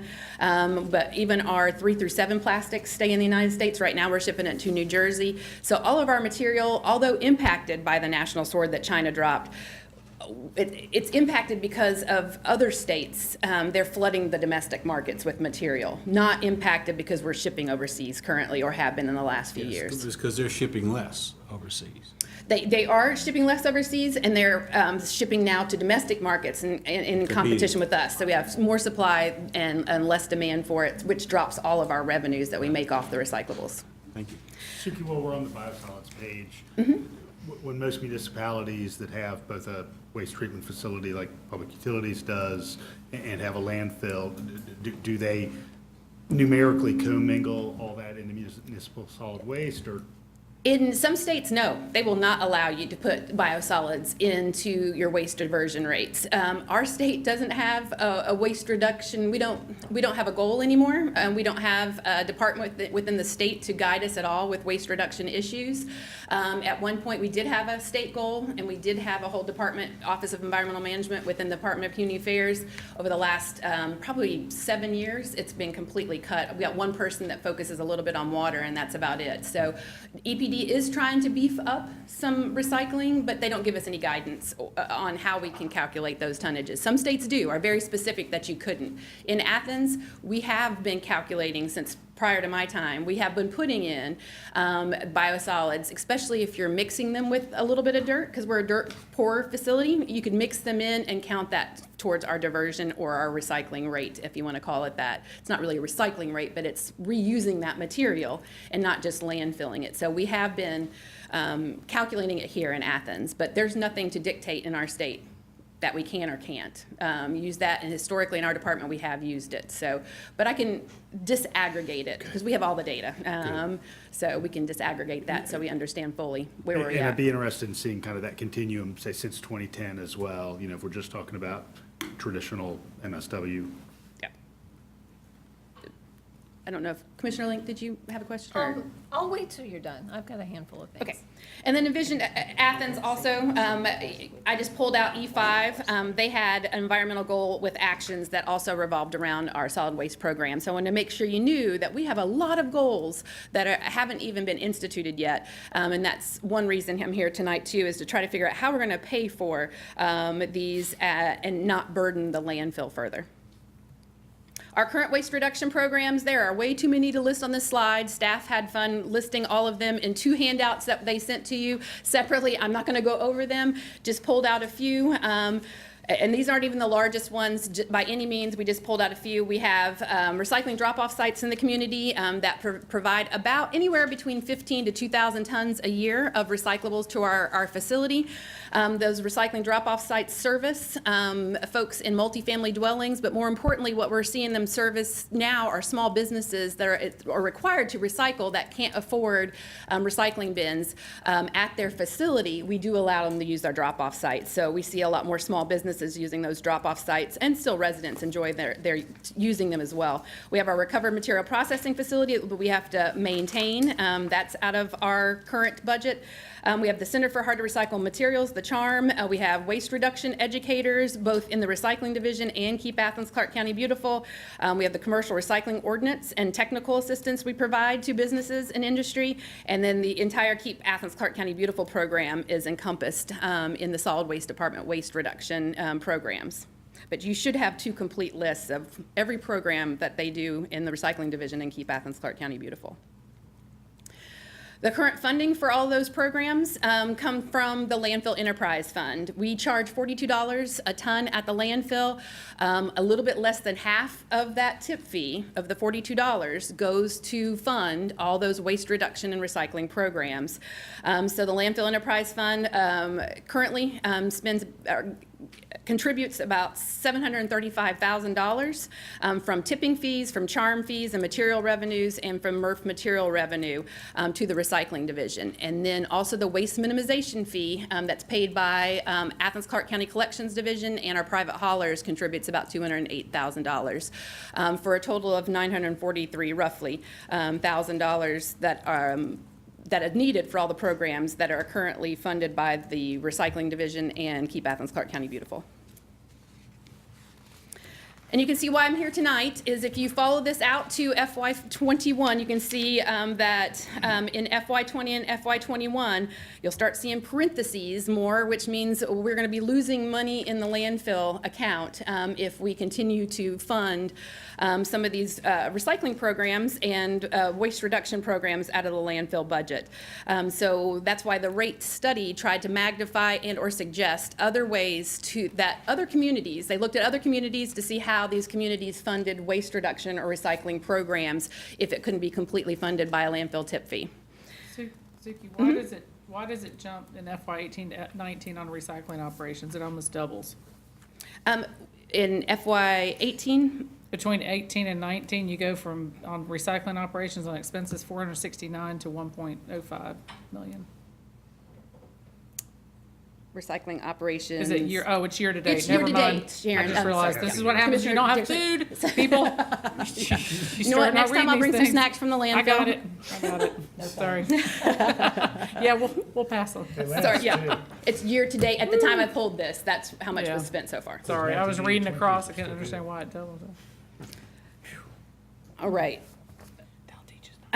This brings us to why I'm here tonight. We need a sustainable funding source to further meet the community waste diversion or reduction goals that does not burden the Landfill Enterprise Fund. We knew we would be here when we passed the when you guys passed the waste minimization fee. What we didn't foresee was some of the extreme market fluctuations that really have impacted some of the revenues that our processing facility had historically brought in for us. And so we now have to, since about 2008, we have to plan for times where processing fees actually exceed revenues, and that's the environment that we live in today, and that has greatly impacted the Landfill Enterprise Fund as well. So that's why we're here. And right now, what we're charging for is that the residential customers get charged 60 cents per month to help pay for, and it doesn't pay out everything. I showed you in that previous slide about $200,000 we recoup from people that have trash service. So they pay 60 cents per month to their private hauler or public hauler, and then collectively, we call it the commercial fee, pays $1.60. And just to give you an idea, residential customers under the waste minimization fee pay $7.20 a year is what they're paying currently towards the waste reduction programs. And commercial and institutional customers pay $19.20 per year. It's not on here, and I apologize, I can send this after the fact, but that's what they're paying annually right now to contribute to that $200,000. What the rate study suggested, our consultant that did the rate study suggested was, and what we uncovered was we have a tremendous number, potentially close to 14,173 people in Athens-Clarke County that don't have trash service, a containerized trash service in the residential sector. We know that's high. We're trying to get the exact number from working with public utilities and stormwater. But those folks aren't paying into the waste minimization fee through their private hauler. And we did not adjust the bag rate at the landfill to accommodate the waste minimization fee back in 2010. And so that's why the consultant suggested that we look more broadly at all public utilities customers so that we can collect fairly across all customers. So what the consultant suggested was that we start sending out recycling education, again, per month. And in order to right the burden that the recycling and waste reduction fee has put on the landfill in FY19, we'd start charging residential customers $1.40 per month instead of the 60 cents. And so in FY19, they'd end up paying $16.80 per year into the recycling and waste reduction fee fund. And then we decided to take it even one step further. Our consultant suggested that we look at commercial customers differently. They produce more waste than residential customers. They should be paying more for some of our activities than they currently did. So what she did was she took the categories that public utilities already had, which was residential, commercial, health and safety, institutional, and then separate industrial. Then she looked at statistics across the country on how much trash commercial entities in the health and safety sector, institutional, small business create, and tried to form a fee that would be reasonable when you're dealing with more trash and more recycling coming out of those facilities. So that's why it was suggested in FY19 to start charging that mid-level commercial health and safety institutional customer $9.80 per month versus the $1.60 that they're currently paying per month.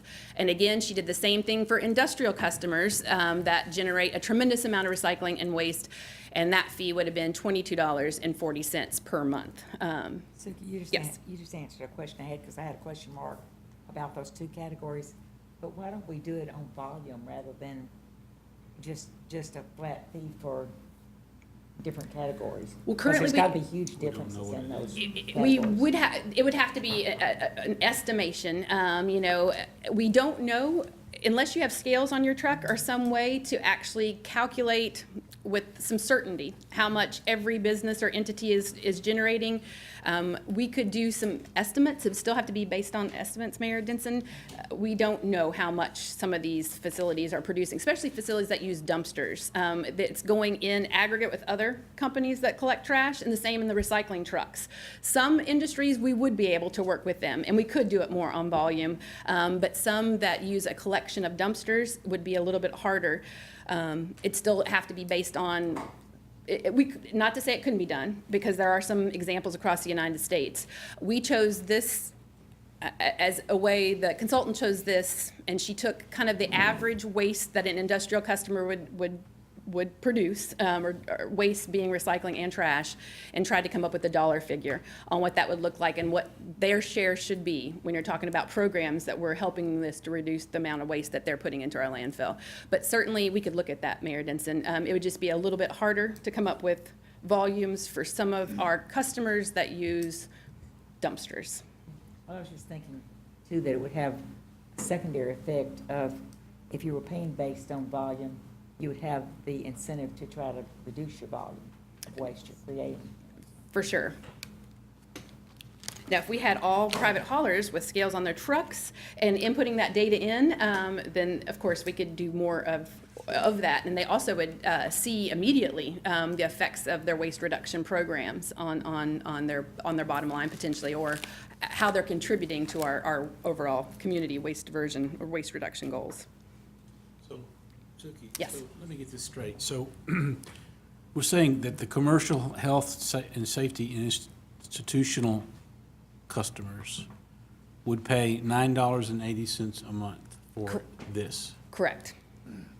I'm sure I'll get some fan mail about this, but that's not very much money.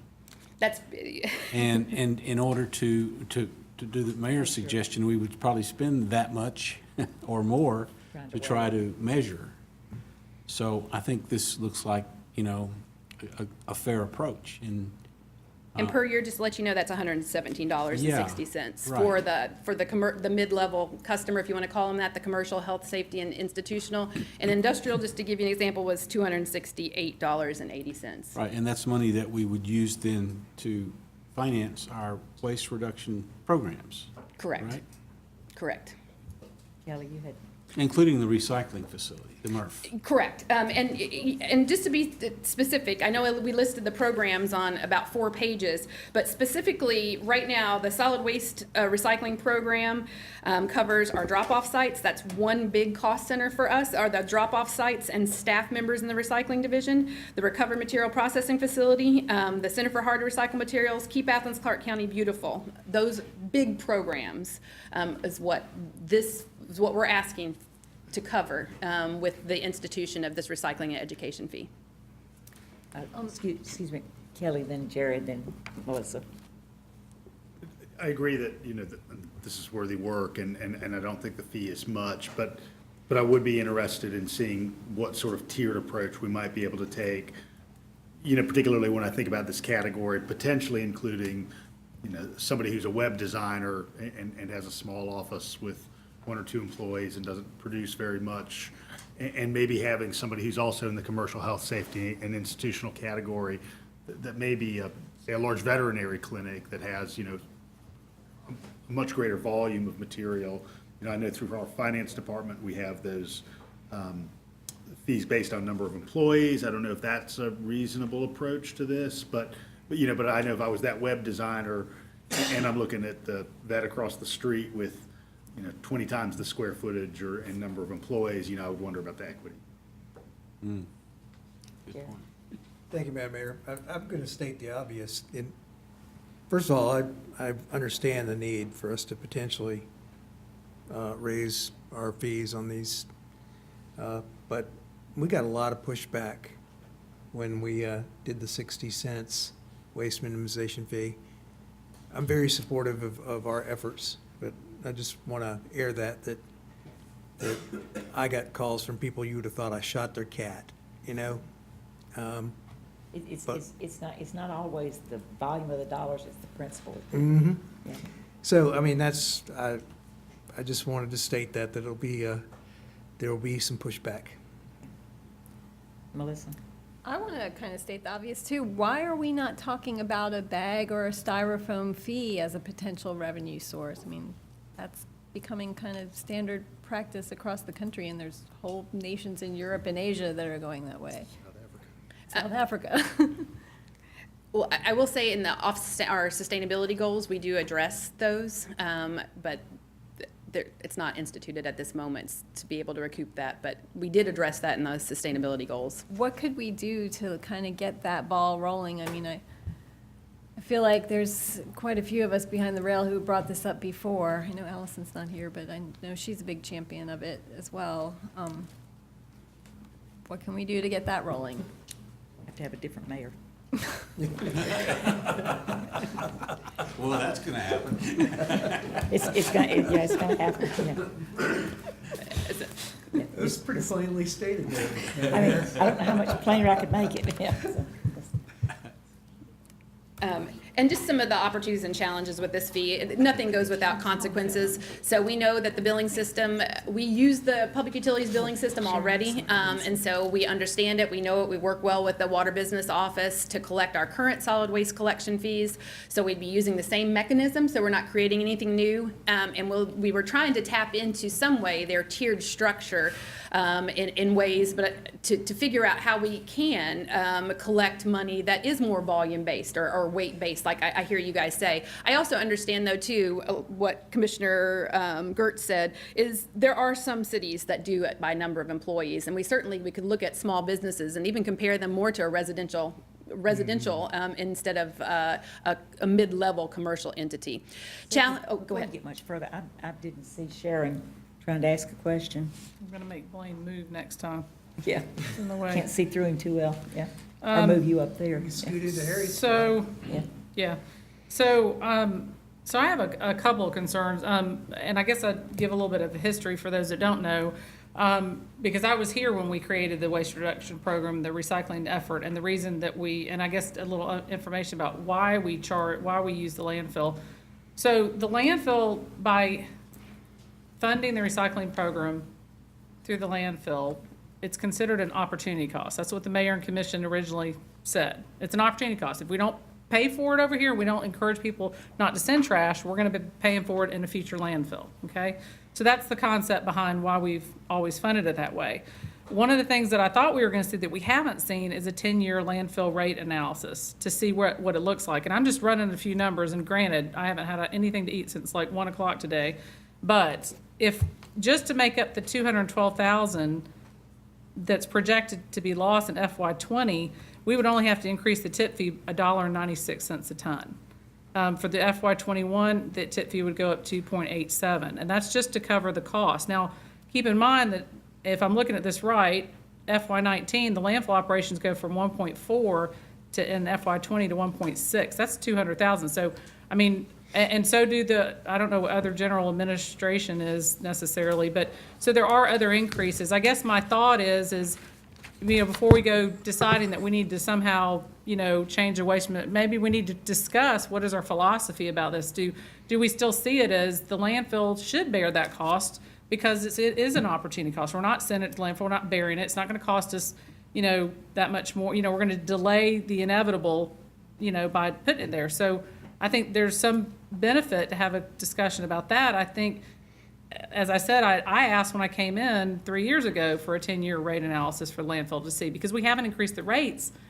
I mean, Suki, how long has it been since we increased the rates? At the landfill, it's 10 years? no, No? but about 8. 8, It has yeah. been about 8 I mean, years. again, here we 7, go into the 8. same, we just leave the rates, and all of a sudden we have to go up on, We did do and it. $2 a ton is not a huge deal, and I don't know that we're gonna run people off because there are limited places to go for the waste, but I just think there needs to be some discussion about that, about, what our philosophy is for that. And as far as people who don't have trash service, I don't have trash service. I live less than 3 miles from landfill. I haul it myself, and I use the recycling. I don't get any benefit that people in town get, from having it picked up at my house or any of the extra, maybe educational things they may get that I don't get. But to make that equitable, potentially, because I do think that, if everybody else is having to pay, maybe when they go to the landfill, the rate for the resident is a little bit higher to adjust and, do it that way. I think that would be fair. I'm not trying to get out of paying a waste minimization fee, but I don't need a hauler to come when I live less than 3 miles from the landfill. It's silly. And I probably, even with 3 kids, you guys would be amazed how little garbage I have at my house. So, anyway, those are the kind of things I think we ought to talk about a little bit more before we, dive in. And I agree, I think that's a very good point. And it also ties into what Jared just said about the kickback we got on the 60 cents. I think one of the biggest ways that recycling is going to work is citizen support for it. And if we start nickel and diming our citizens, we may start seeing that support erode. And one other factor that we hadn't talked about that I'll just mention right quickly is looking at those things that we're funding with this money and examine the effectiveness of them and make sure all the things that we're doing are truly worth what we're spending on it. Can I follow up one thing real quick? Just one other thing I just want to tack on. So I guess one of the things that I'd also think about is right now the markets aren't great. They're actually not too bad, but they're not great. But what happens if, and it could happen, what happens if all of a sudden we're making more money? Are we going to refund people? That's got to be something we got to think about too. It could happen. So how are we going to handle that? If we're saying what's costing us, so we need to have that, if that's factored into how we're figuring out this waste minimization fee, I think that adds a little bit of a challenge too. So, thank you. Jared. You make a very good point, and so do you, Jared. Maybe that is the way we need to look at it, Suki.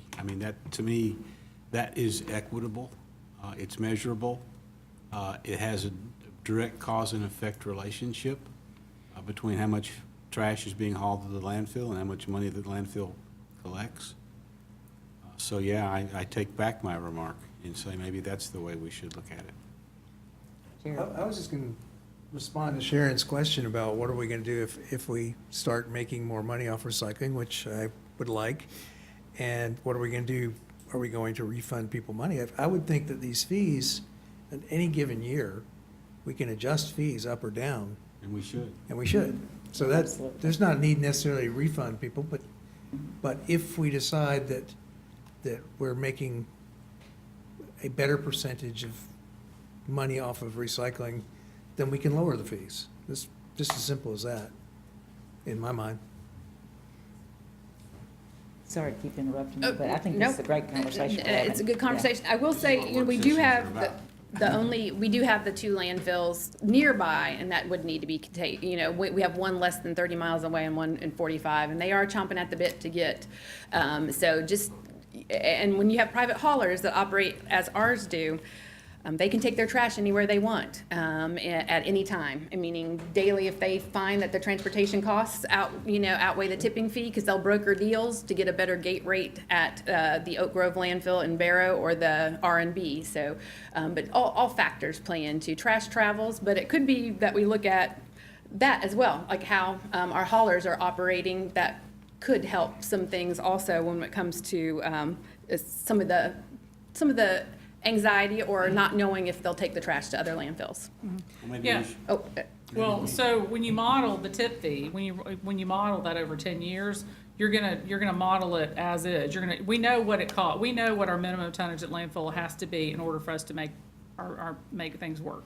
We know how many operators it's gonna take to run their equipment, how much equipment we know that. So we gotta start there. We know this is the absolute minimum we have to have in order just to stay alive as a landfill. And then you figure out, you say, well, if this is the minimum we have, and we lose 30% of our tonnage, because we've lost tonnage, that's the other thing. They come and go, you know, I mean, you can't really control, we've talked about flow control, that's never going to probably happen, but, you know, they come and go, and so, but we control our waste, and we know what that is. I mean, so I think, and maybe even, I mean, at some point, I think, you know, there may be some opportunity to contract, like University of Georgia or the school, or somebody. Maybe schools are different, but, you know, somebody who already hauls their own garbage, work out a contractual arrangement with them that locks them in and then provides some security so that you can project out and figure out what's reasonable.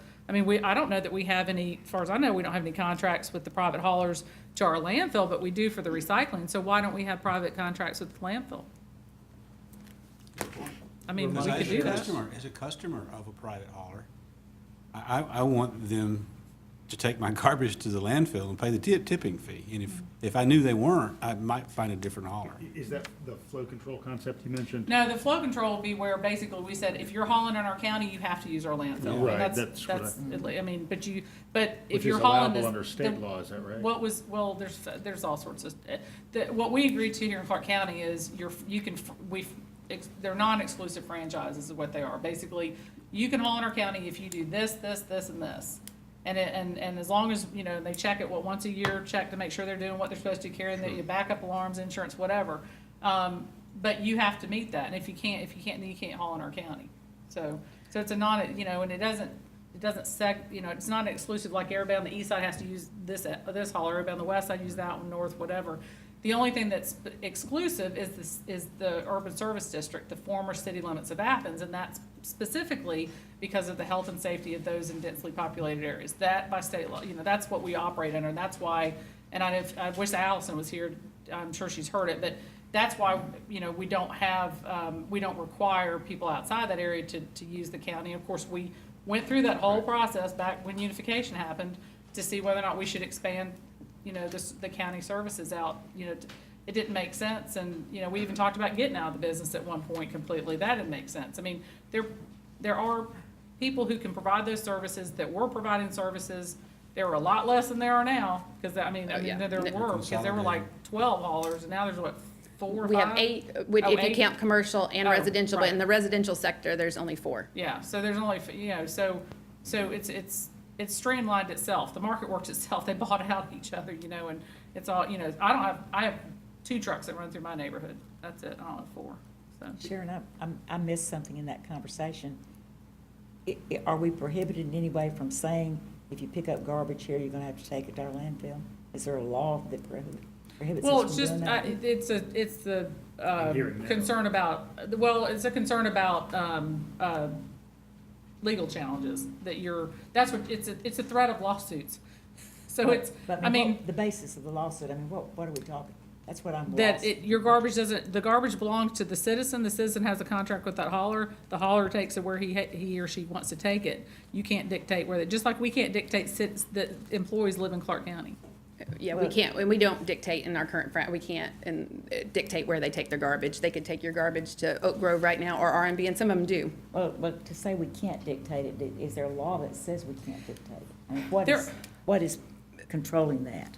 It's been a while since I've looked at it because it just didn't work out. But I think there's some federal laws or something about flow control. I mean, it's in the Supreme Court. We can look at flow control and. To take a look at that. I watch a lot of Law and Order, and they say, once you put your garbage out, it's not yours anymore, and law enforcement can go through it, so does it still belong to them? So, yeah. Well, let's move on, because this is the next conversation, but I know everybody's getting hungry. There are just some challenges if we do use that system, and so we were telling you what the challenges are, surcharges at the water We're giving you business. a lot more work to do, Suki. That's right. Oh, it's all right. Water business office would charge us the percentage of non-payments they roughly have if they do the collecting for us, and then there are a certain number of customers that are without ACC water that would not be charged for this fee. And then we want to make sure that we can continue. Adding programs and events and activities in to reach our goals, and some that we have not been able to implement. We still are enhancing charm operations, still haven't rolled out food scrap collection and composting, potentially a new recovered material processing facility, SPLOS funded, improved litter abatement programming. We've seen a real increase in litter and some illegal dumping activities, and then improved biosolid management. That would be more with public utilities than with solid waste, but definitely some partnership, especially when it comes to composting at the landfill.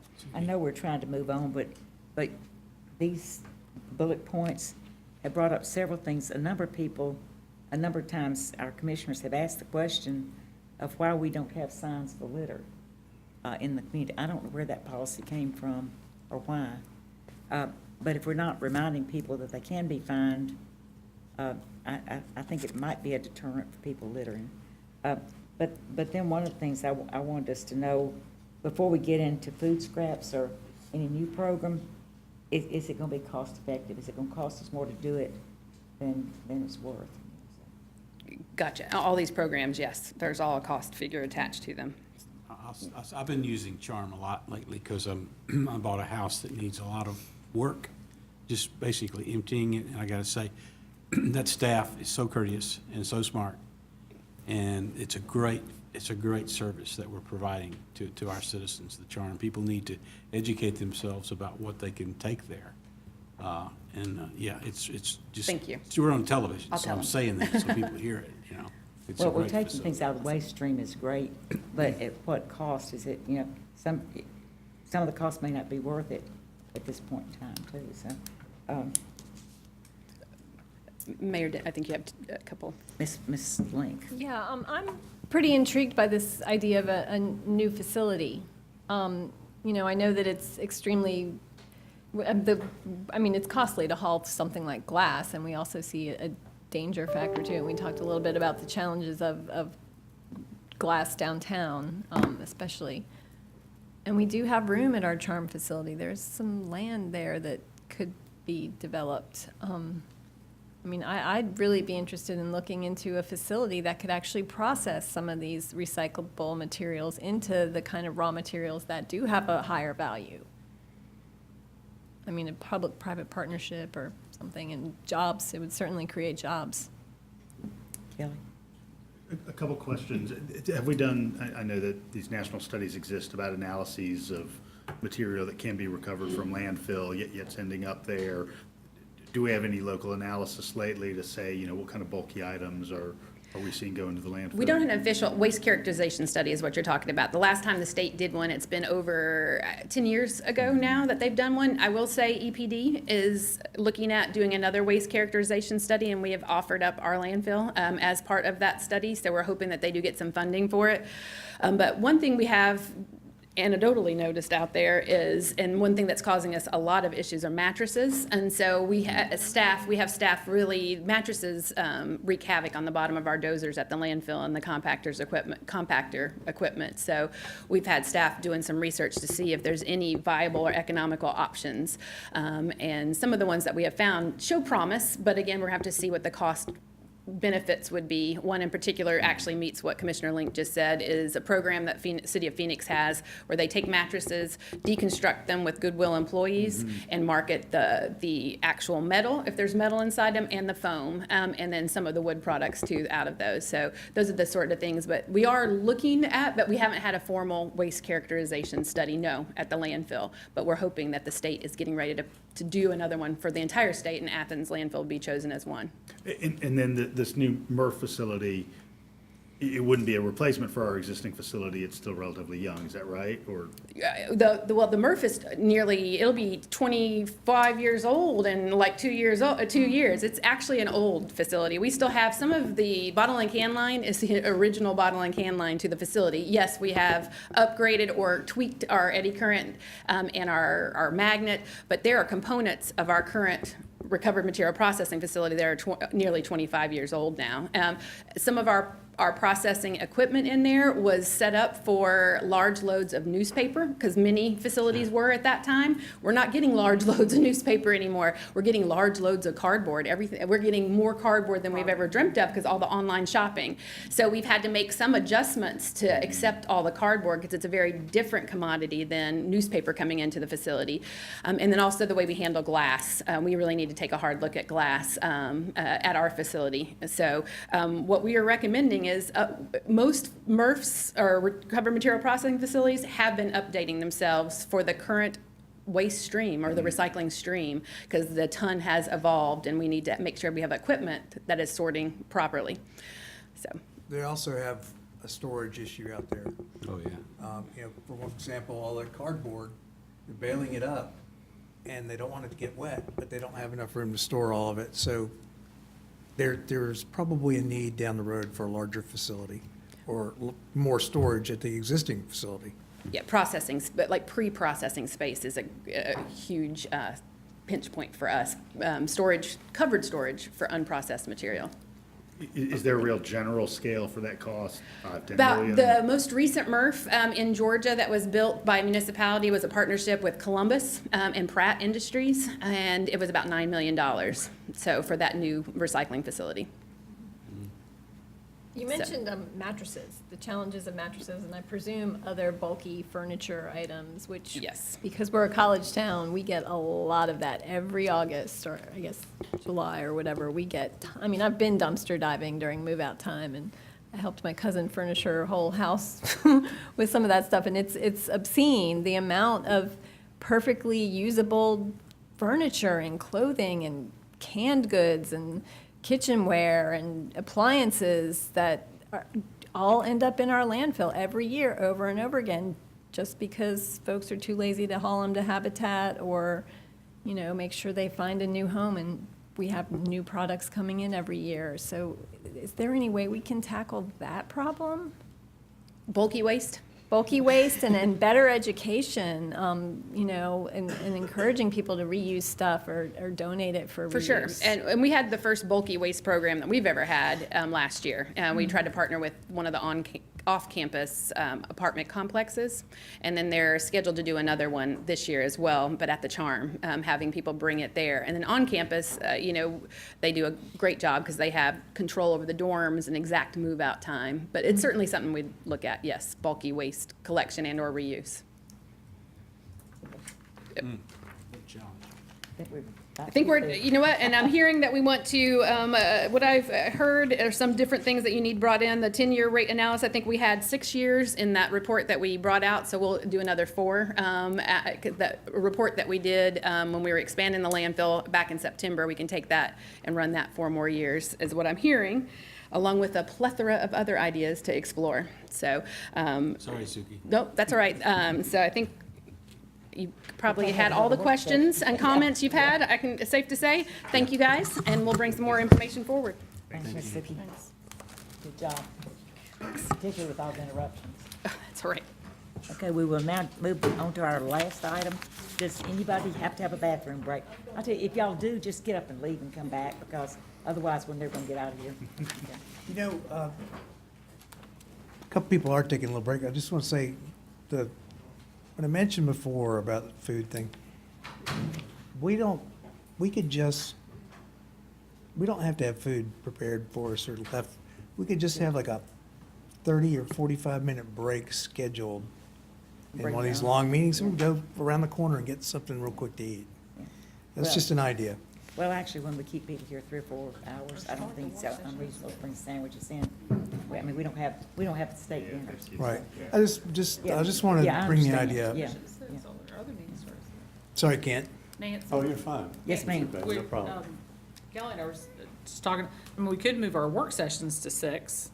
All our other meetings are at 6. That gives another 30 minutes and people could get, so you wouldn't be like you could stop, certainly grab help. something, instead of breaking up the meeting, since we've got staff here and Of stuff course, like the that. thing is, it means the staff is here longer, but Just a little Well, IV. well, I'll Go home tell early you. and come back.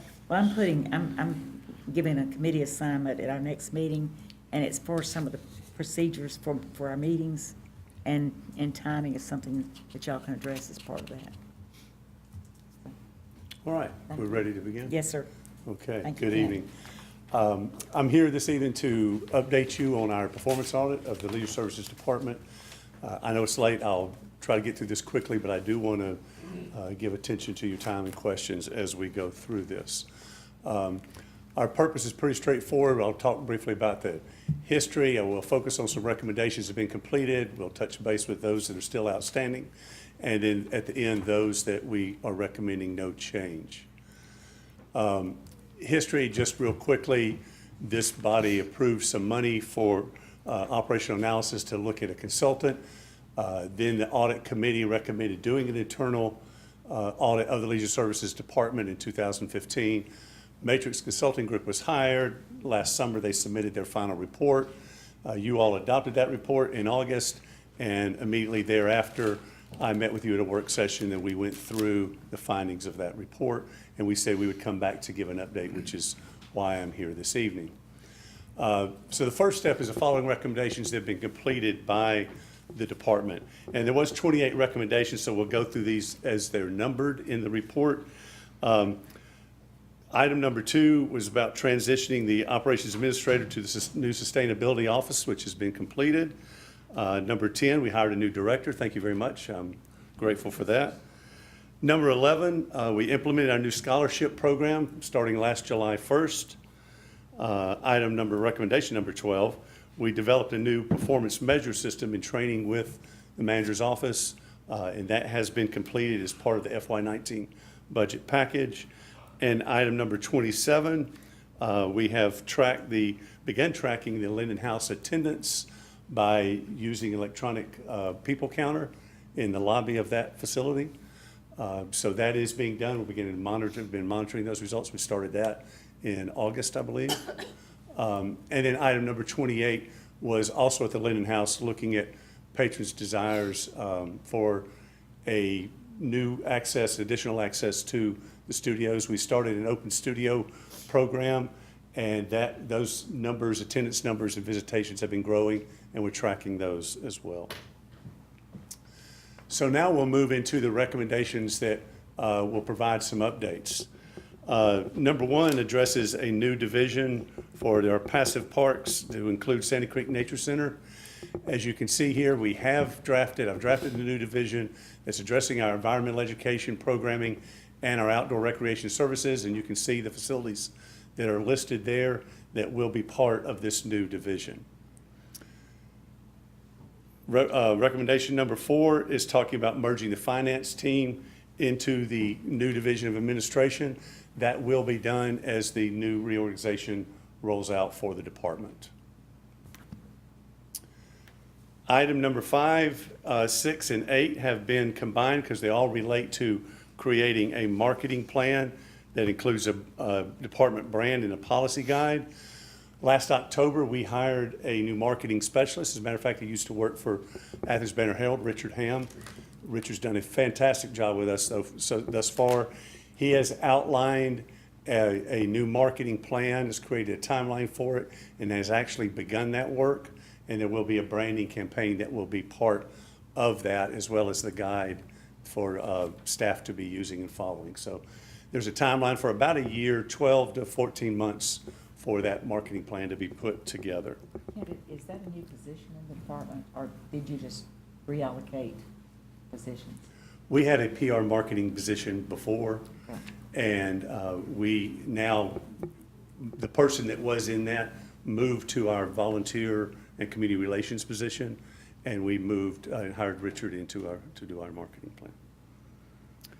Then recommendation number 9 was about approving the cost recovery methodology that was presented by the Green Plate consultant back in 2015. This is scheduled for a work session this coming May that I'll be bringing that back in front of this group at that time. Did that move forward? Here we go. All right, recommendation next combines 2 more recommendations revolving around the computer maintenance management system. Staff has begun building and has been working quite some time on a GIS inventory of all our department assets and assigning those numbers. And then we've been looking into the feasibility of a CMMS system that Public Utilities is currently using. We do realize there's tremendous benefits for us with that system. We have submitted in the FY19 capital budget $60,000 for hopefully purchase and implementation of said system. Recommendation number 15 deals with consistency for employees who have common work habits or work requirements, I should say. I looked at these. They really revolve around a couple of programmers, a couple of maintenance workers. Can I ask questions as we go? Oh, yes, sir. So this implementation of the CMMS system, what is that $60,000 for? $60,000 is, there'd be a lot of transitioning of data that we have built that's going to have to be built into the computer maintenance, put into the maintenance management system. Right. And then training for staff on that system. Right, so that's not capital, though. That's labor. Well, the funding for it, I mean, our source of funding for that would be hiring the consultant to put that. The consultant would be transitioning all that data into the system for us. So that's considered, To build Elaine, is that. that considered a capital expense? If we're hiring a consultant? It can be, yes. A study, if you will, or implementation, if it's over $30,000, sometimes we'll put it in the capital. We can do it in operating or capital. It's 6 and 1/2 dozen another. We could transfer fund balance over into operating and do it, or we could have it in capital. Okay. For There was- instance, the strategic plan that we, have done, we put that in capital before. And back earlier, you were talking about some organizational things. Are you going to provide us with an org chart eventually so we can see what that looks like? Be glad to do so. Please. I've got if you want to see the one tonight for that nature division, I have that with me. Yeah, I want to if see an there's time. overall org chart for leisure services. Sure, be glad to share that. Thank So the common work requirements for those positions that I have identified, 2 of them were addressed right away. They were easy changes to be made. And then there was reclassification requests put in for others that are still under consideration. We also know in talking with Jeff Hell that the compensation study will be looking at these as well as we go forward. Our next recommendations, again, combines 2 more that deal with park services and their service levels and work activities. They have developed and wrapped this up sometime back after this initial, actually it was worked on already when they came forward with the recommendation. A custodial operations service delivery plan has been put together and has been followed now for going close to 2 years. We began a similar plan for the rest of our maintenance operations. We have a vacancy right now that has interrupted that progress until we're able to fill that position. And then, of course, the purchase implementation of CMMS will help us with that plan as well. The next recommendation, number 18, deals with the Park Service Administrator reporting on accomplishments. I have monthly meetings with all the division administrators where we review their entire operations, report on their projects, and discuss challenges as they're coming up. Recommendation 19 is about hiring a new position for trails and open spaces. That is in the current budget for the last quarter of this fiscal year. We will be advertising for that position in the very near future with hopes of having it on board in April. And then recommendation number 21 deals with hiring a park ranger program and starting that program and hiring park rangers. We've got an interesting opportunity that I really think is going to help us provide support and justification for a future park ranger system, if indeed it's needed. We have had a group of volunteers have come forward and we're creating a trail ambassador program that we're anxious to launch this spring, and they're ready to be part of this. And they'll really be patrolling all of our trail systems, not just the Greenway and Firefly, although that will be a heavy point of emphasis. But what they'll be able to do is to help us, they'll be our eyes and ears on the ground with rule enforcement, facility inspections, patron safety, and then the most important thing is documenting what they see and what they find. That kind of information is going to be really what supports our future request for a park ranger program, if indeed it's decided when it's needed. Yeah, well, I know you're just in the exploratory stages of this, I guess. Or, Of which? Of the park rangers. The park volunteers. rangers, correct. It's an expensive proposition to really get it started with personnel and equipment. I think we stand a better chance by starting with this volunteer program that can build that support and justification for it. Do you anticipate these will be like retirees, college students? Yes. Have you thought it through, or? The actual park rangers? Yeah, No, the people ambassadors. The ambassadors. Oh, the not ambassadors. rangers, the Oh, ambassadors. the ambassadors we foresee, there is members of the Raessler Trails Committee and Firefly and Greenway who have all been wanting to come forward to be part of this. So I see a wide range of volunteers in our community that could encompass the ones you mentioned and more. Great. So I think it's a great We're idea. excited It's about a it. great We're gonna- idea. I mean, it's a brand new thought process. Well, we're going It's to be great. investing in, and with Greenway Commission is helping support this, invest in backpacks with equipment for them so they're out on the trails. They have proper equipment to help to respond to issues and have vests that identify them. So, yeah, it's wonderful to be able to have those eyes and ears out on the grounds. Great. Yes, Commissioner Lynn? Is there talk of some kind of youth development program, like a junior park ranger or, junior trail ranger kind of program that could be part of this initiative? We have not yet. I do think that idea has merit. When we build and get a stable program going here, I think we certainly could look into the merits of a program like that. Ken, I had the pleasure of seeing the discussion about the ambassador program at the Greenway Commission last week. Mhm. And you have a new employee. Rose West, she's our new Rose, Trails and Open Space who Supervisor. was very impressive. She not only had some great ideas, but she obviously also has ears. She's listening. Right. So I think this is a really good first step in that need, this Trail Ambassador program. And it'll be interesting to see where it goes. So yeah, I think it's a good first step. I do. Thank you. I'm glad you think so. We do too, because that can be immediate impact. Yeah. If we were so lucky to get a park ranger program in the future, and we can justify its need, it takes a while to build that program and really get it going. This can have an immediate impact that even when a park ranger program comes on board, we would like to see this continue because. I agree. Let's say you have 2 or 3 park rangers, they can't cover your entire trail Right. system. Right. This is a good way to get citizen involvement as volunteers and get ears and eyes on the ground and also help the users of our trail system I agree. to find their Help with way and safety, understand. because there's people on the Yes, trail. yes. We agree, so we're excited about this opportunity. It's a great idea.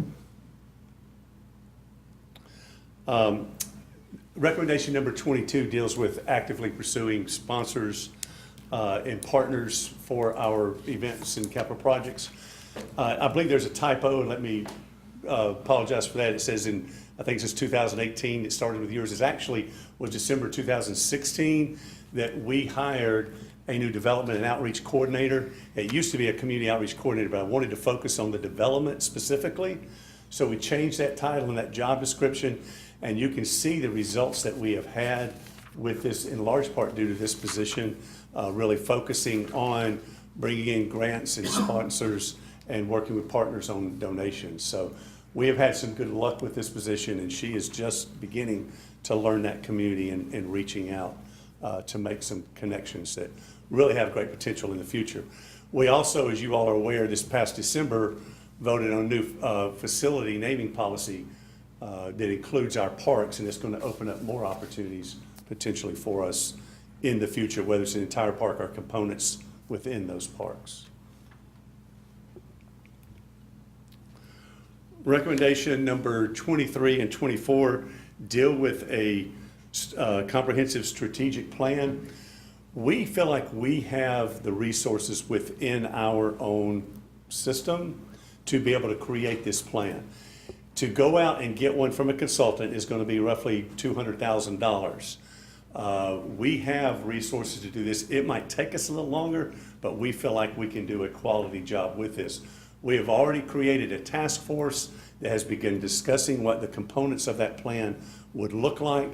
And then we have submitted in the capital budget for two parts of this plan that we would like to see funded through the Carl Vincent Institute. One would be the very important community needs assessment that will help drive this going forward. And then the other being a review and editing of the final document itself. So it's brought into one voice if we're multiple task force working on this in-house. Yes, ma'am. Wasn't there a leisure services master plan developed like 6 or 8 years ago? I mean, I very clearly. It was not a strategic. There was a department master plan that was drafted. It was never fully completed and wasn't adopted. So could that be something that could be picked back up in this strategic planning That's process? has been part of our discussions. They did complete a very thorough and detailed inventory of all of our systems that we can begin picking that up, add what's come into the inventory since 2008, and that can be a good foundation for that part of the component. And there is other recommendations in there as well that we'll be looking at as we go I forward. remember participating in the public input for that, and I also remember being at, I believe, a Federation of Neighborhoods meeting when it was still in the fire hall, when there was some discussion of it. Right, so that's certainly going to be a component of this that we've talked about going forward, is that let's pull from that what are the most useful and successful pieces of that plan. Could you share that with us? Can I share that previous plan? Yeah, could we see that plan? Yeah, I would love to. Yeah, I don't mind. I probably have it somewhere. It's actually on my Palm Pilot. It's dated now, but it was Yeah, quite but quite a it would good be plan. interesting to see. It doesn't include trails, No, it doesn't. it's just but- parks. Okay. Recommendation number 25 is looking at development programs to increase participation and address underserved groups. Very excited about where this is going, and you're going to see potentially a lot of programming change coming in the future. We do now have, thanks to our online registration system, we are collecting data that we can begin analyzing attendance patterns and also customer return rates, which are very important in the success of our programs.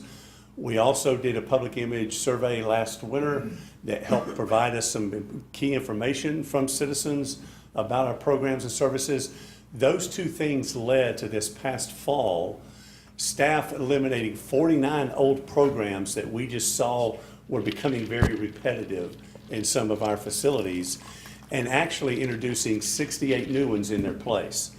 That's just a small sampling of the direction we're going to be going with the future of our programming. We're working on a new vision statement that we're going to be rolling out in the next month.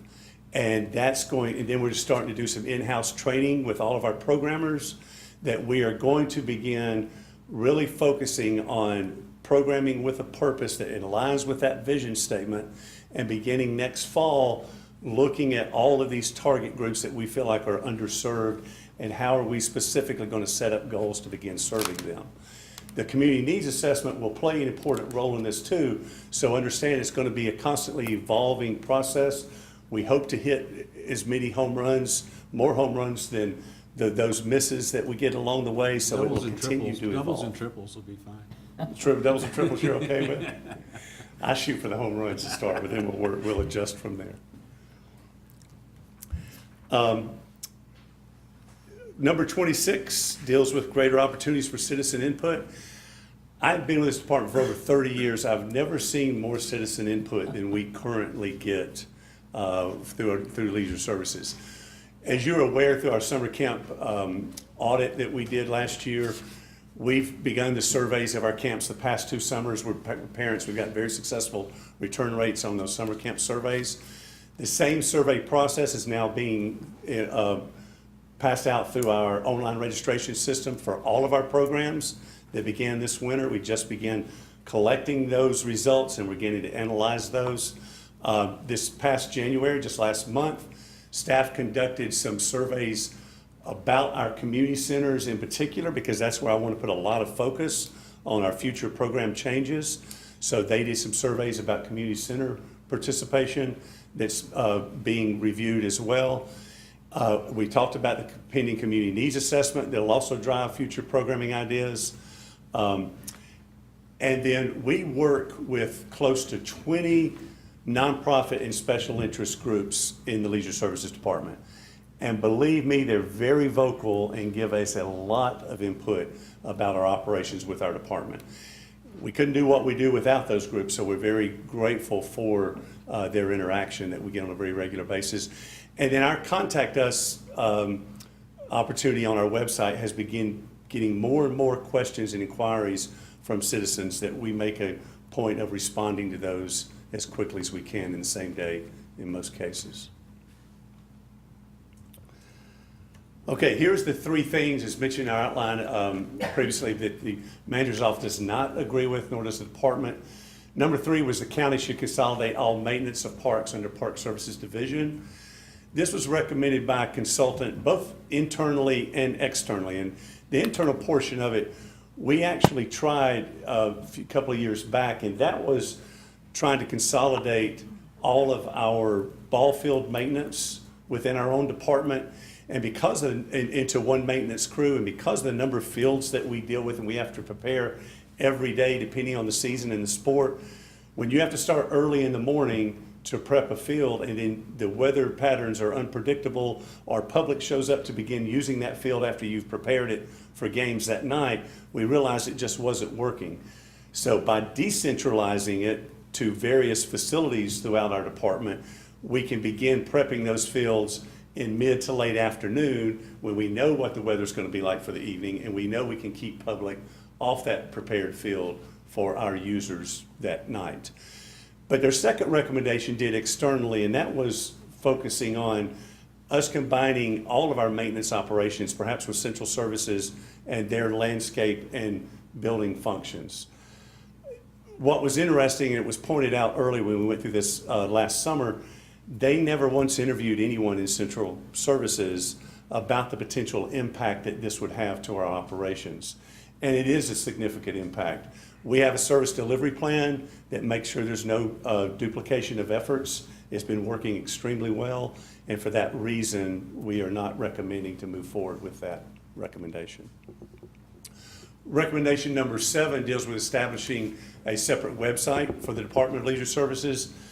Again, when you do this, you're looking at duplication of services, additional cost, and maybe creating brand confusion. If more departments started doing that, I don't know that's a direction that we would necessarily want to go as an agency. With that said, we do believe that as a leisure services department, our website ought to be more vibrant. It should be exciting when people go there. If you've been there recently as compared to where it was perhaps a year ago, we're making improvements in that direction. And Richard, our new marketing director, is going to begin making further changes to our website as much as the Civic Plus system will allow us to do. But we want to make it as vibrant, as exciting. And I think that's the point out of that entire recommendation.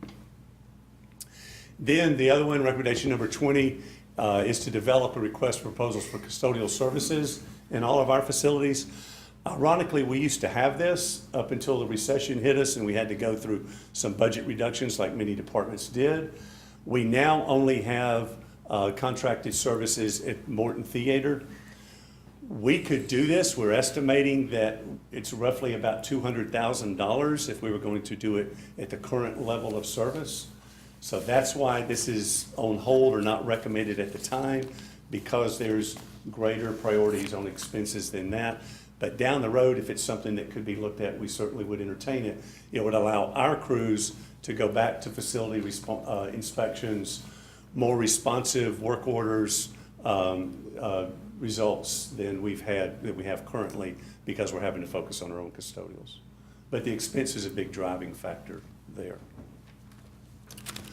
Questions? Questions? We've been interrupting, but are there any more? Melissa?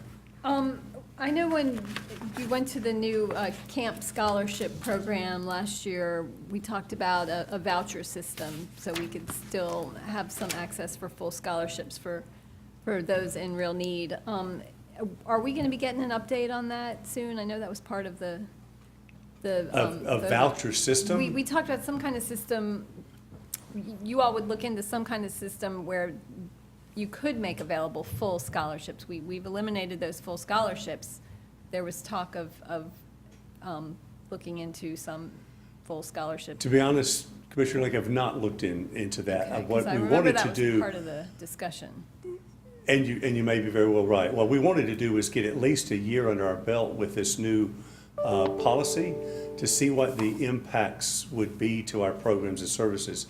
And we've begun tracking that. I had staff do a report for the first 6 months of the results of our scholarship program, both from a participation side as well as an impact to our revenue side.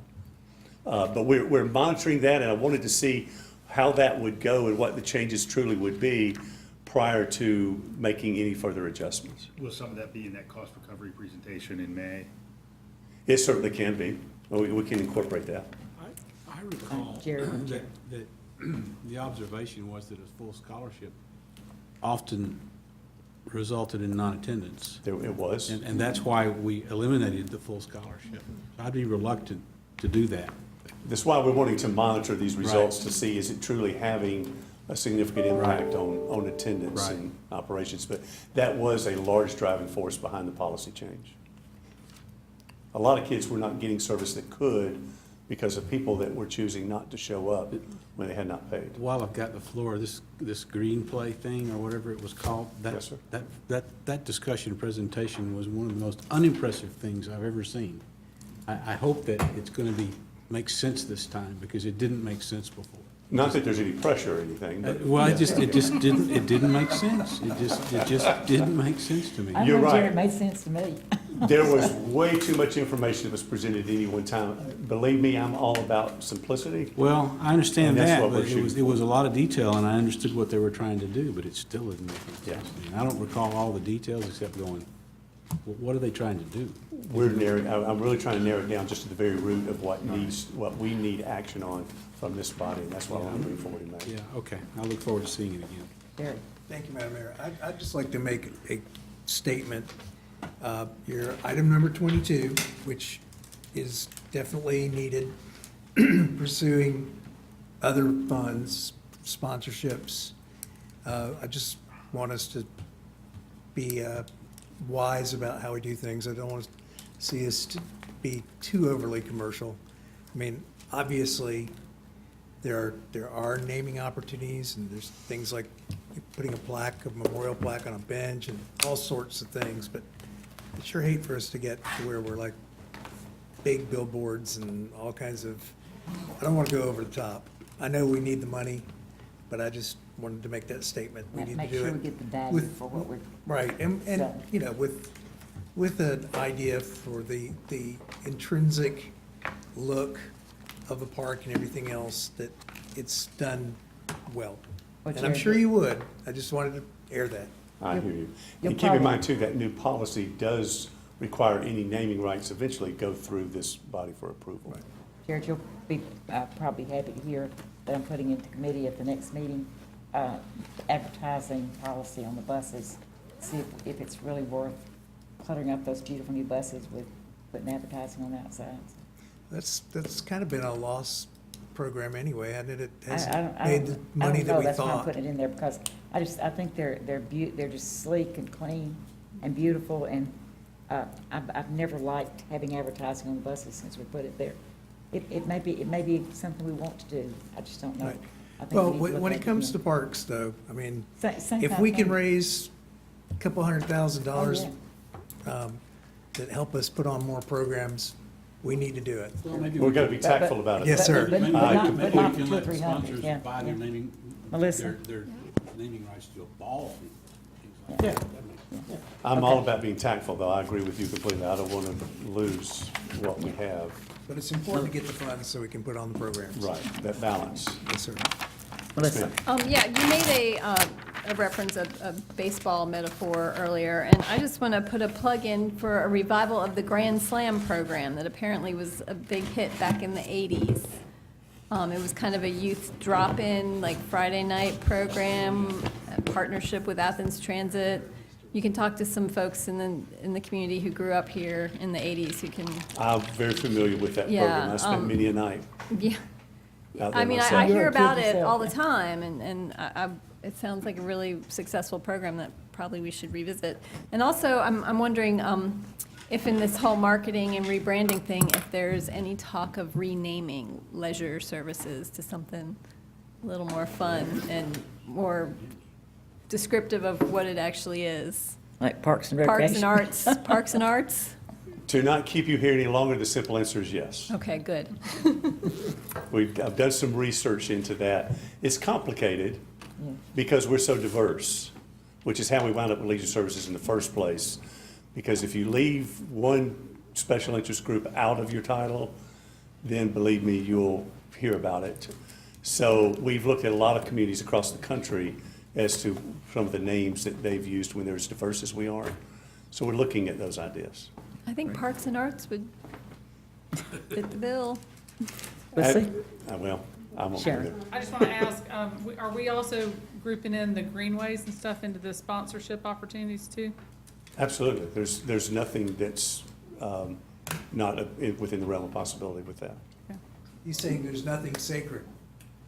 Got $1 million It's for bucks, we call it the Sharon Dickerson Trail. Sharon can't afford a greenway trail. Anything else? No. Good night, folks. Thank you all very much. Can we go to the bathroom? We've got to. Oh, excuse me, but we can't go are going to take a yet. bathroom break. We haven't said, yeah, take a quick bathroom break while we're clearing the room, and then we'll get into our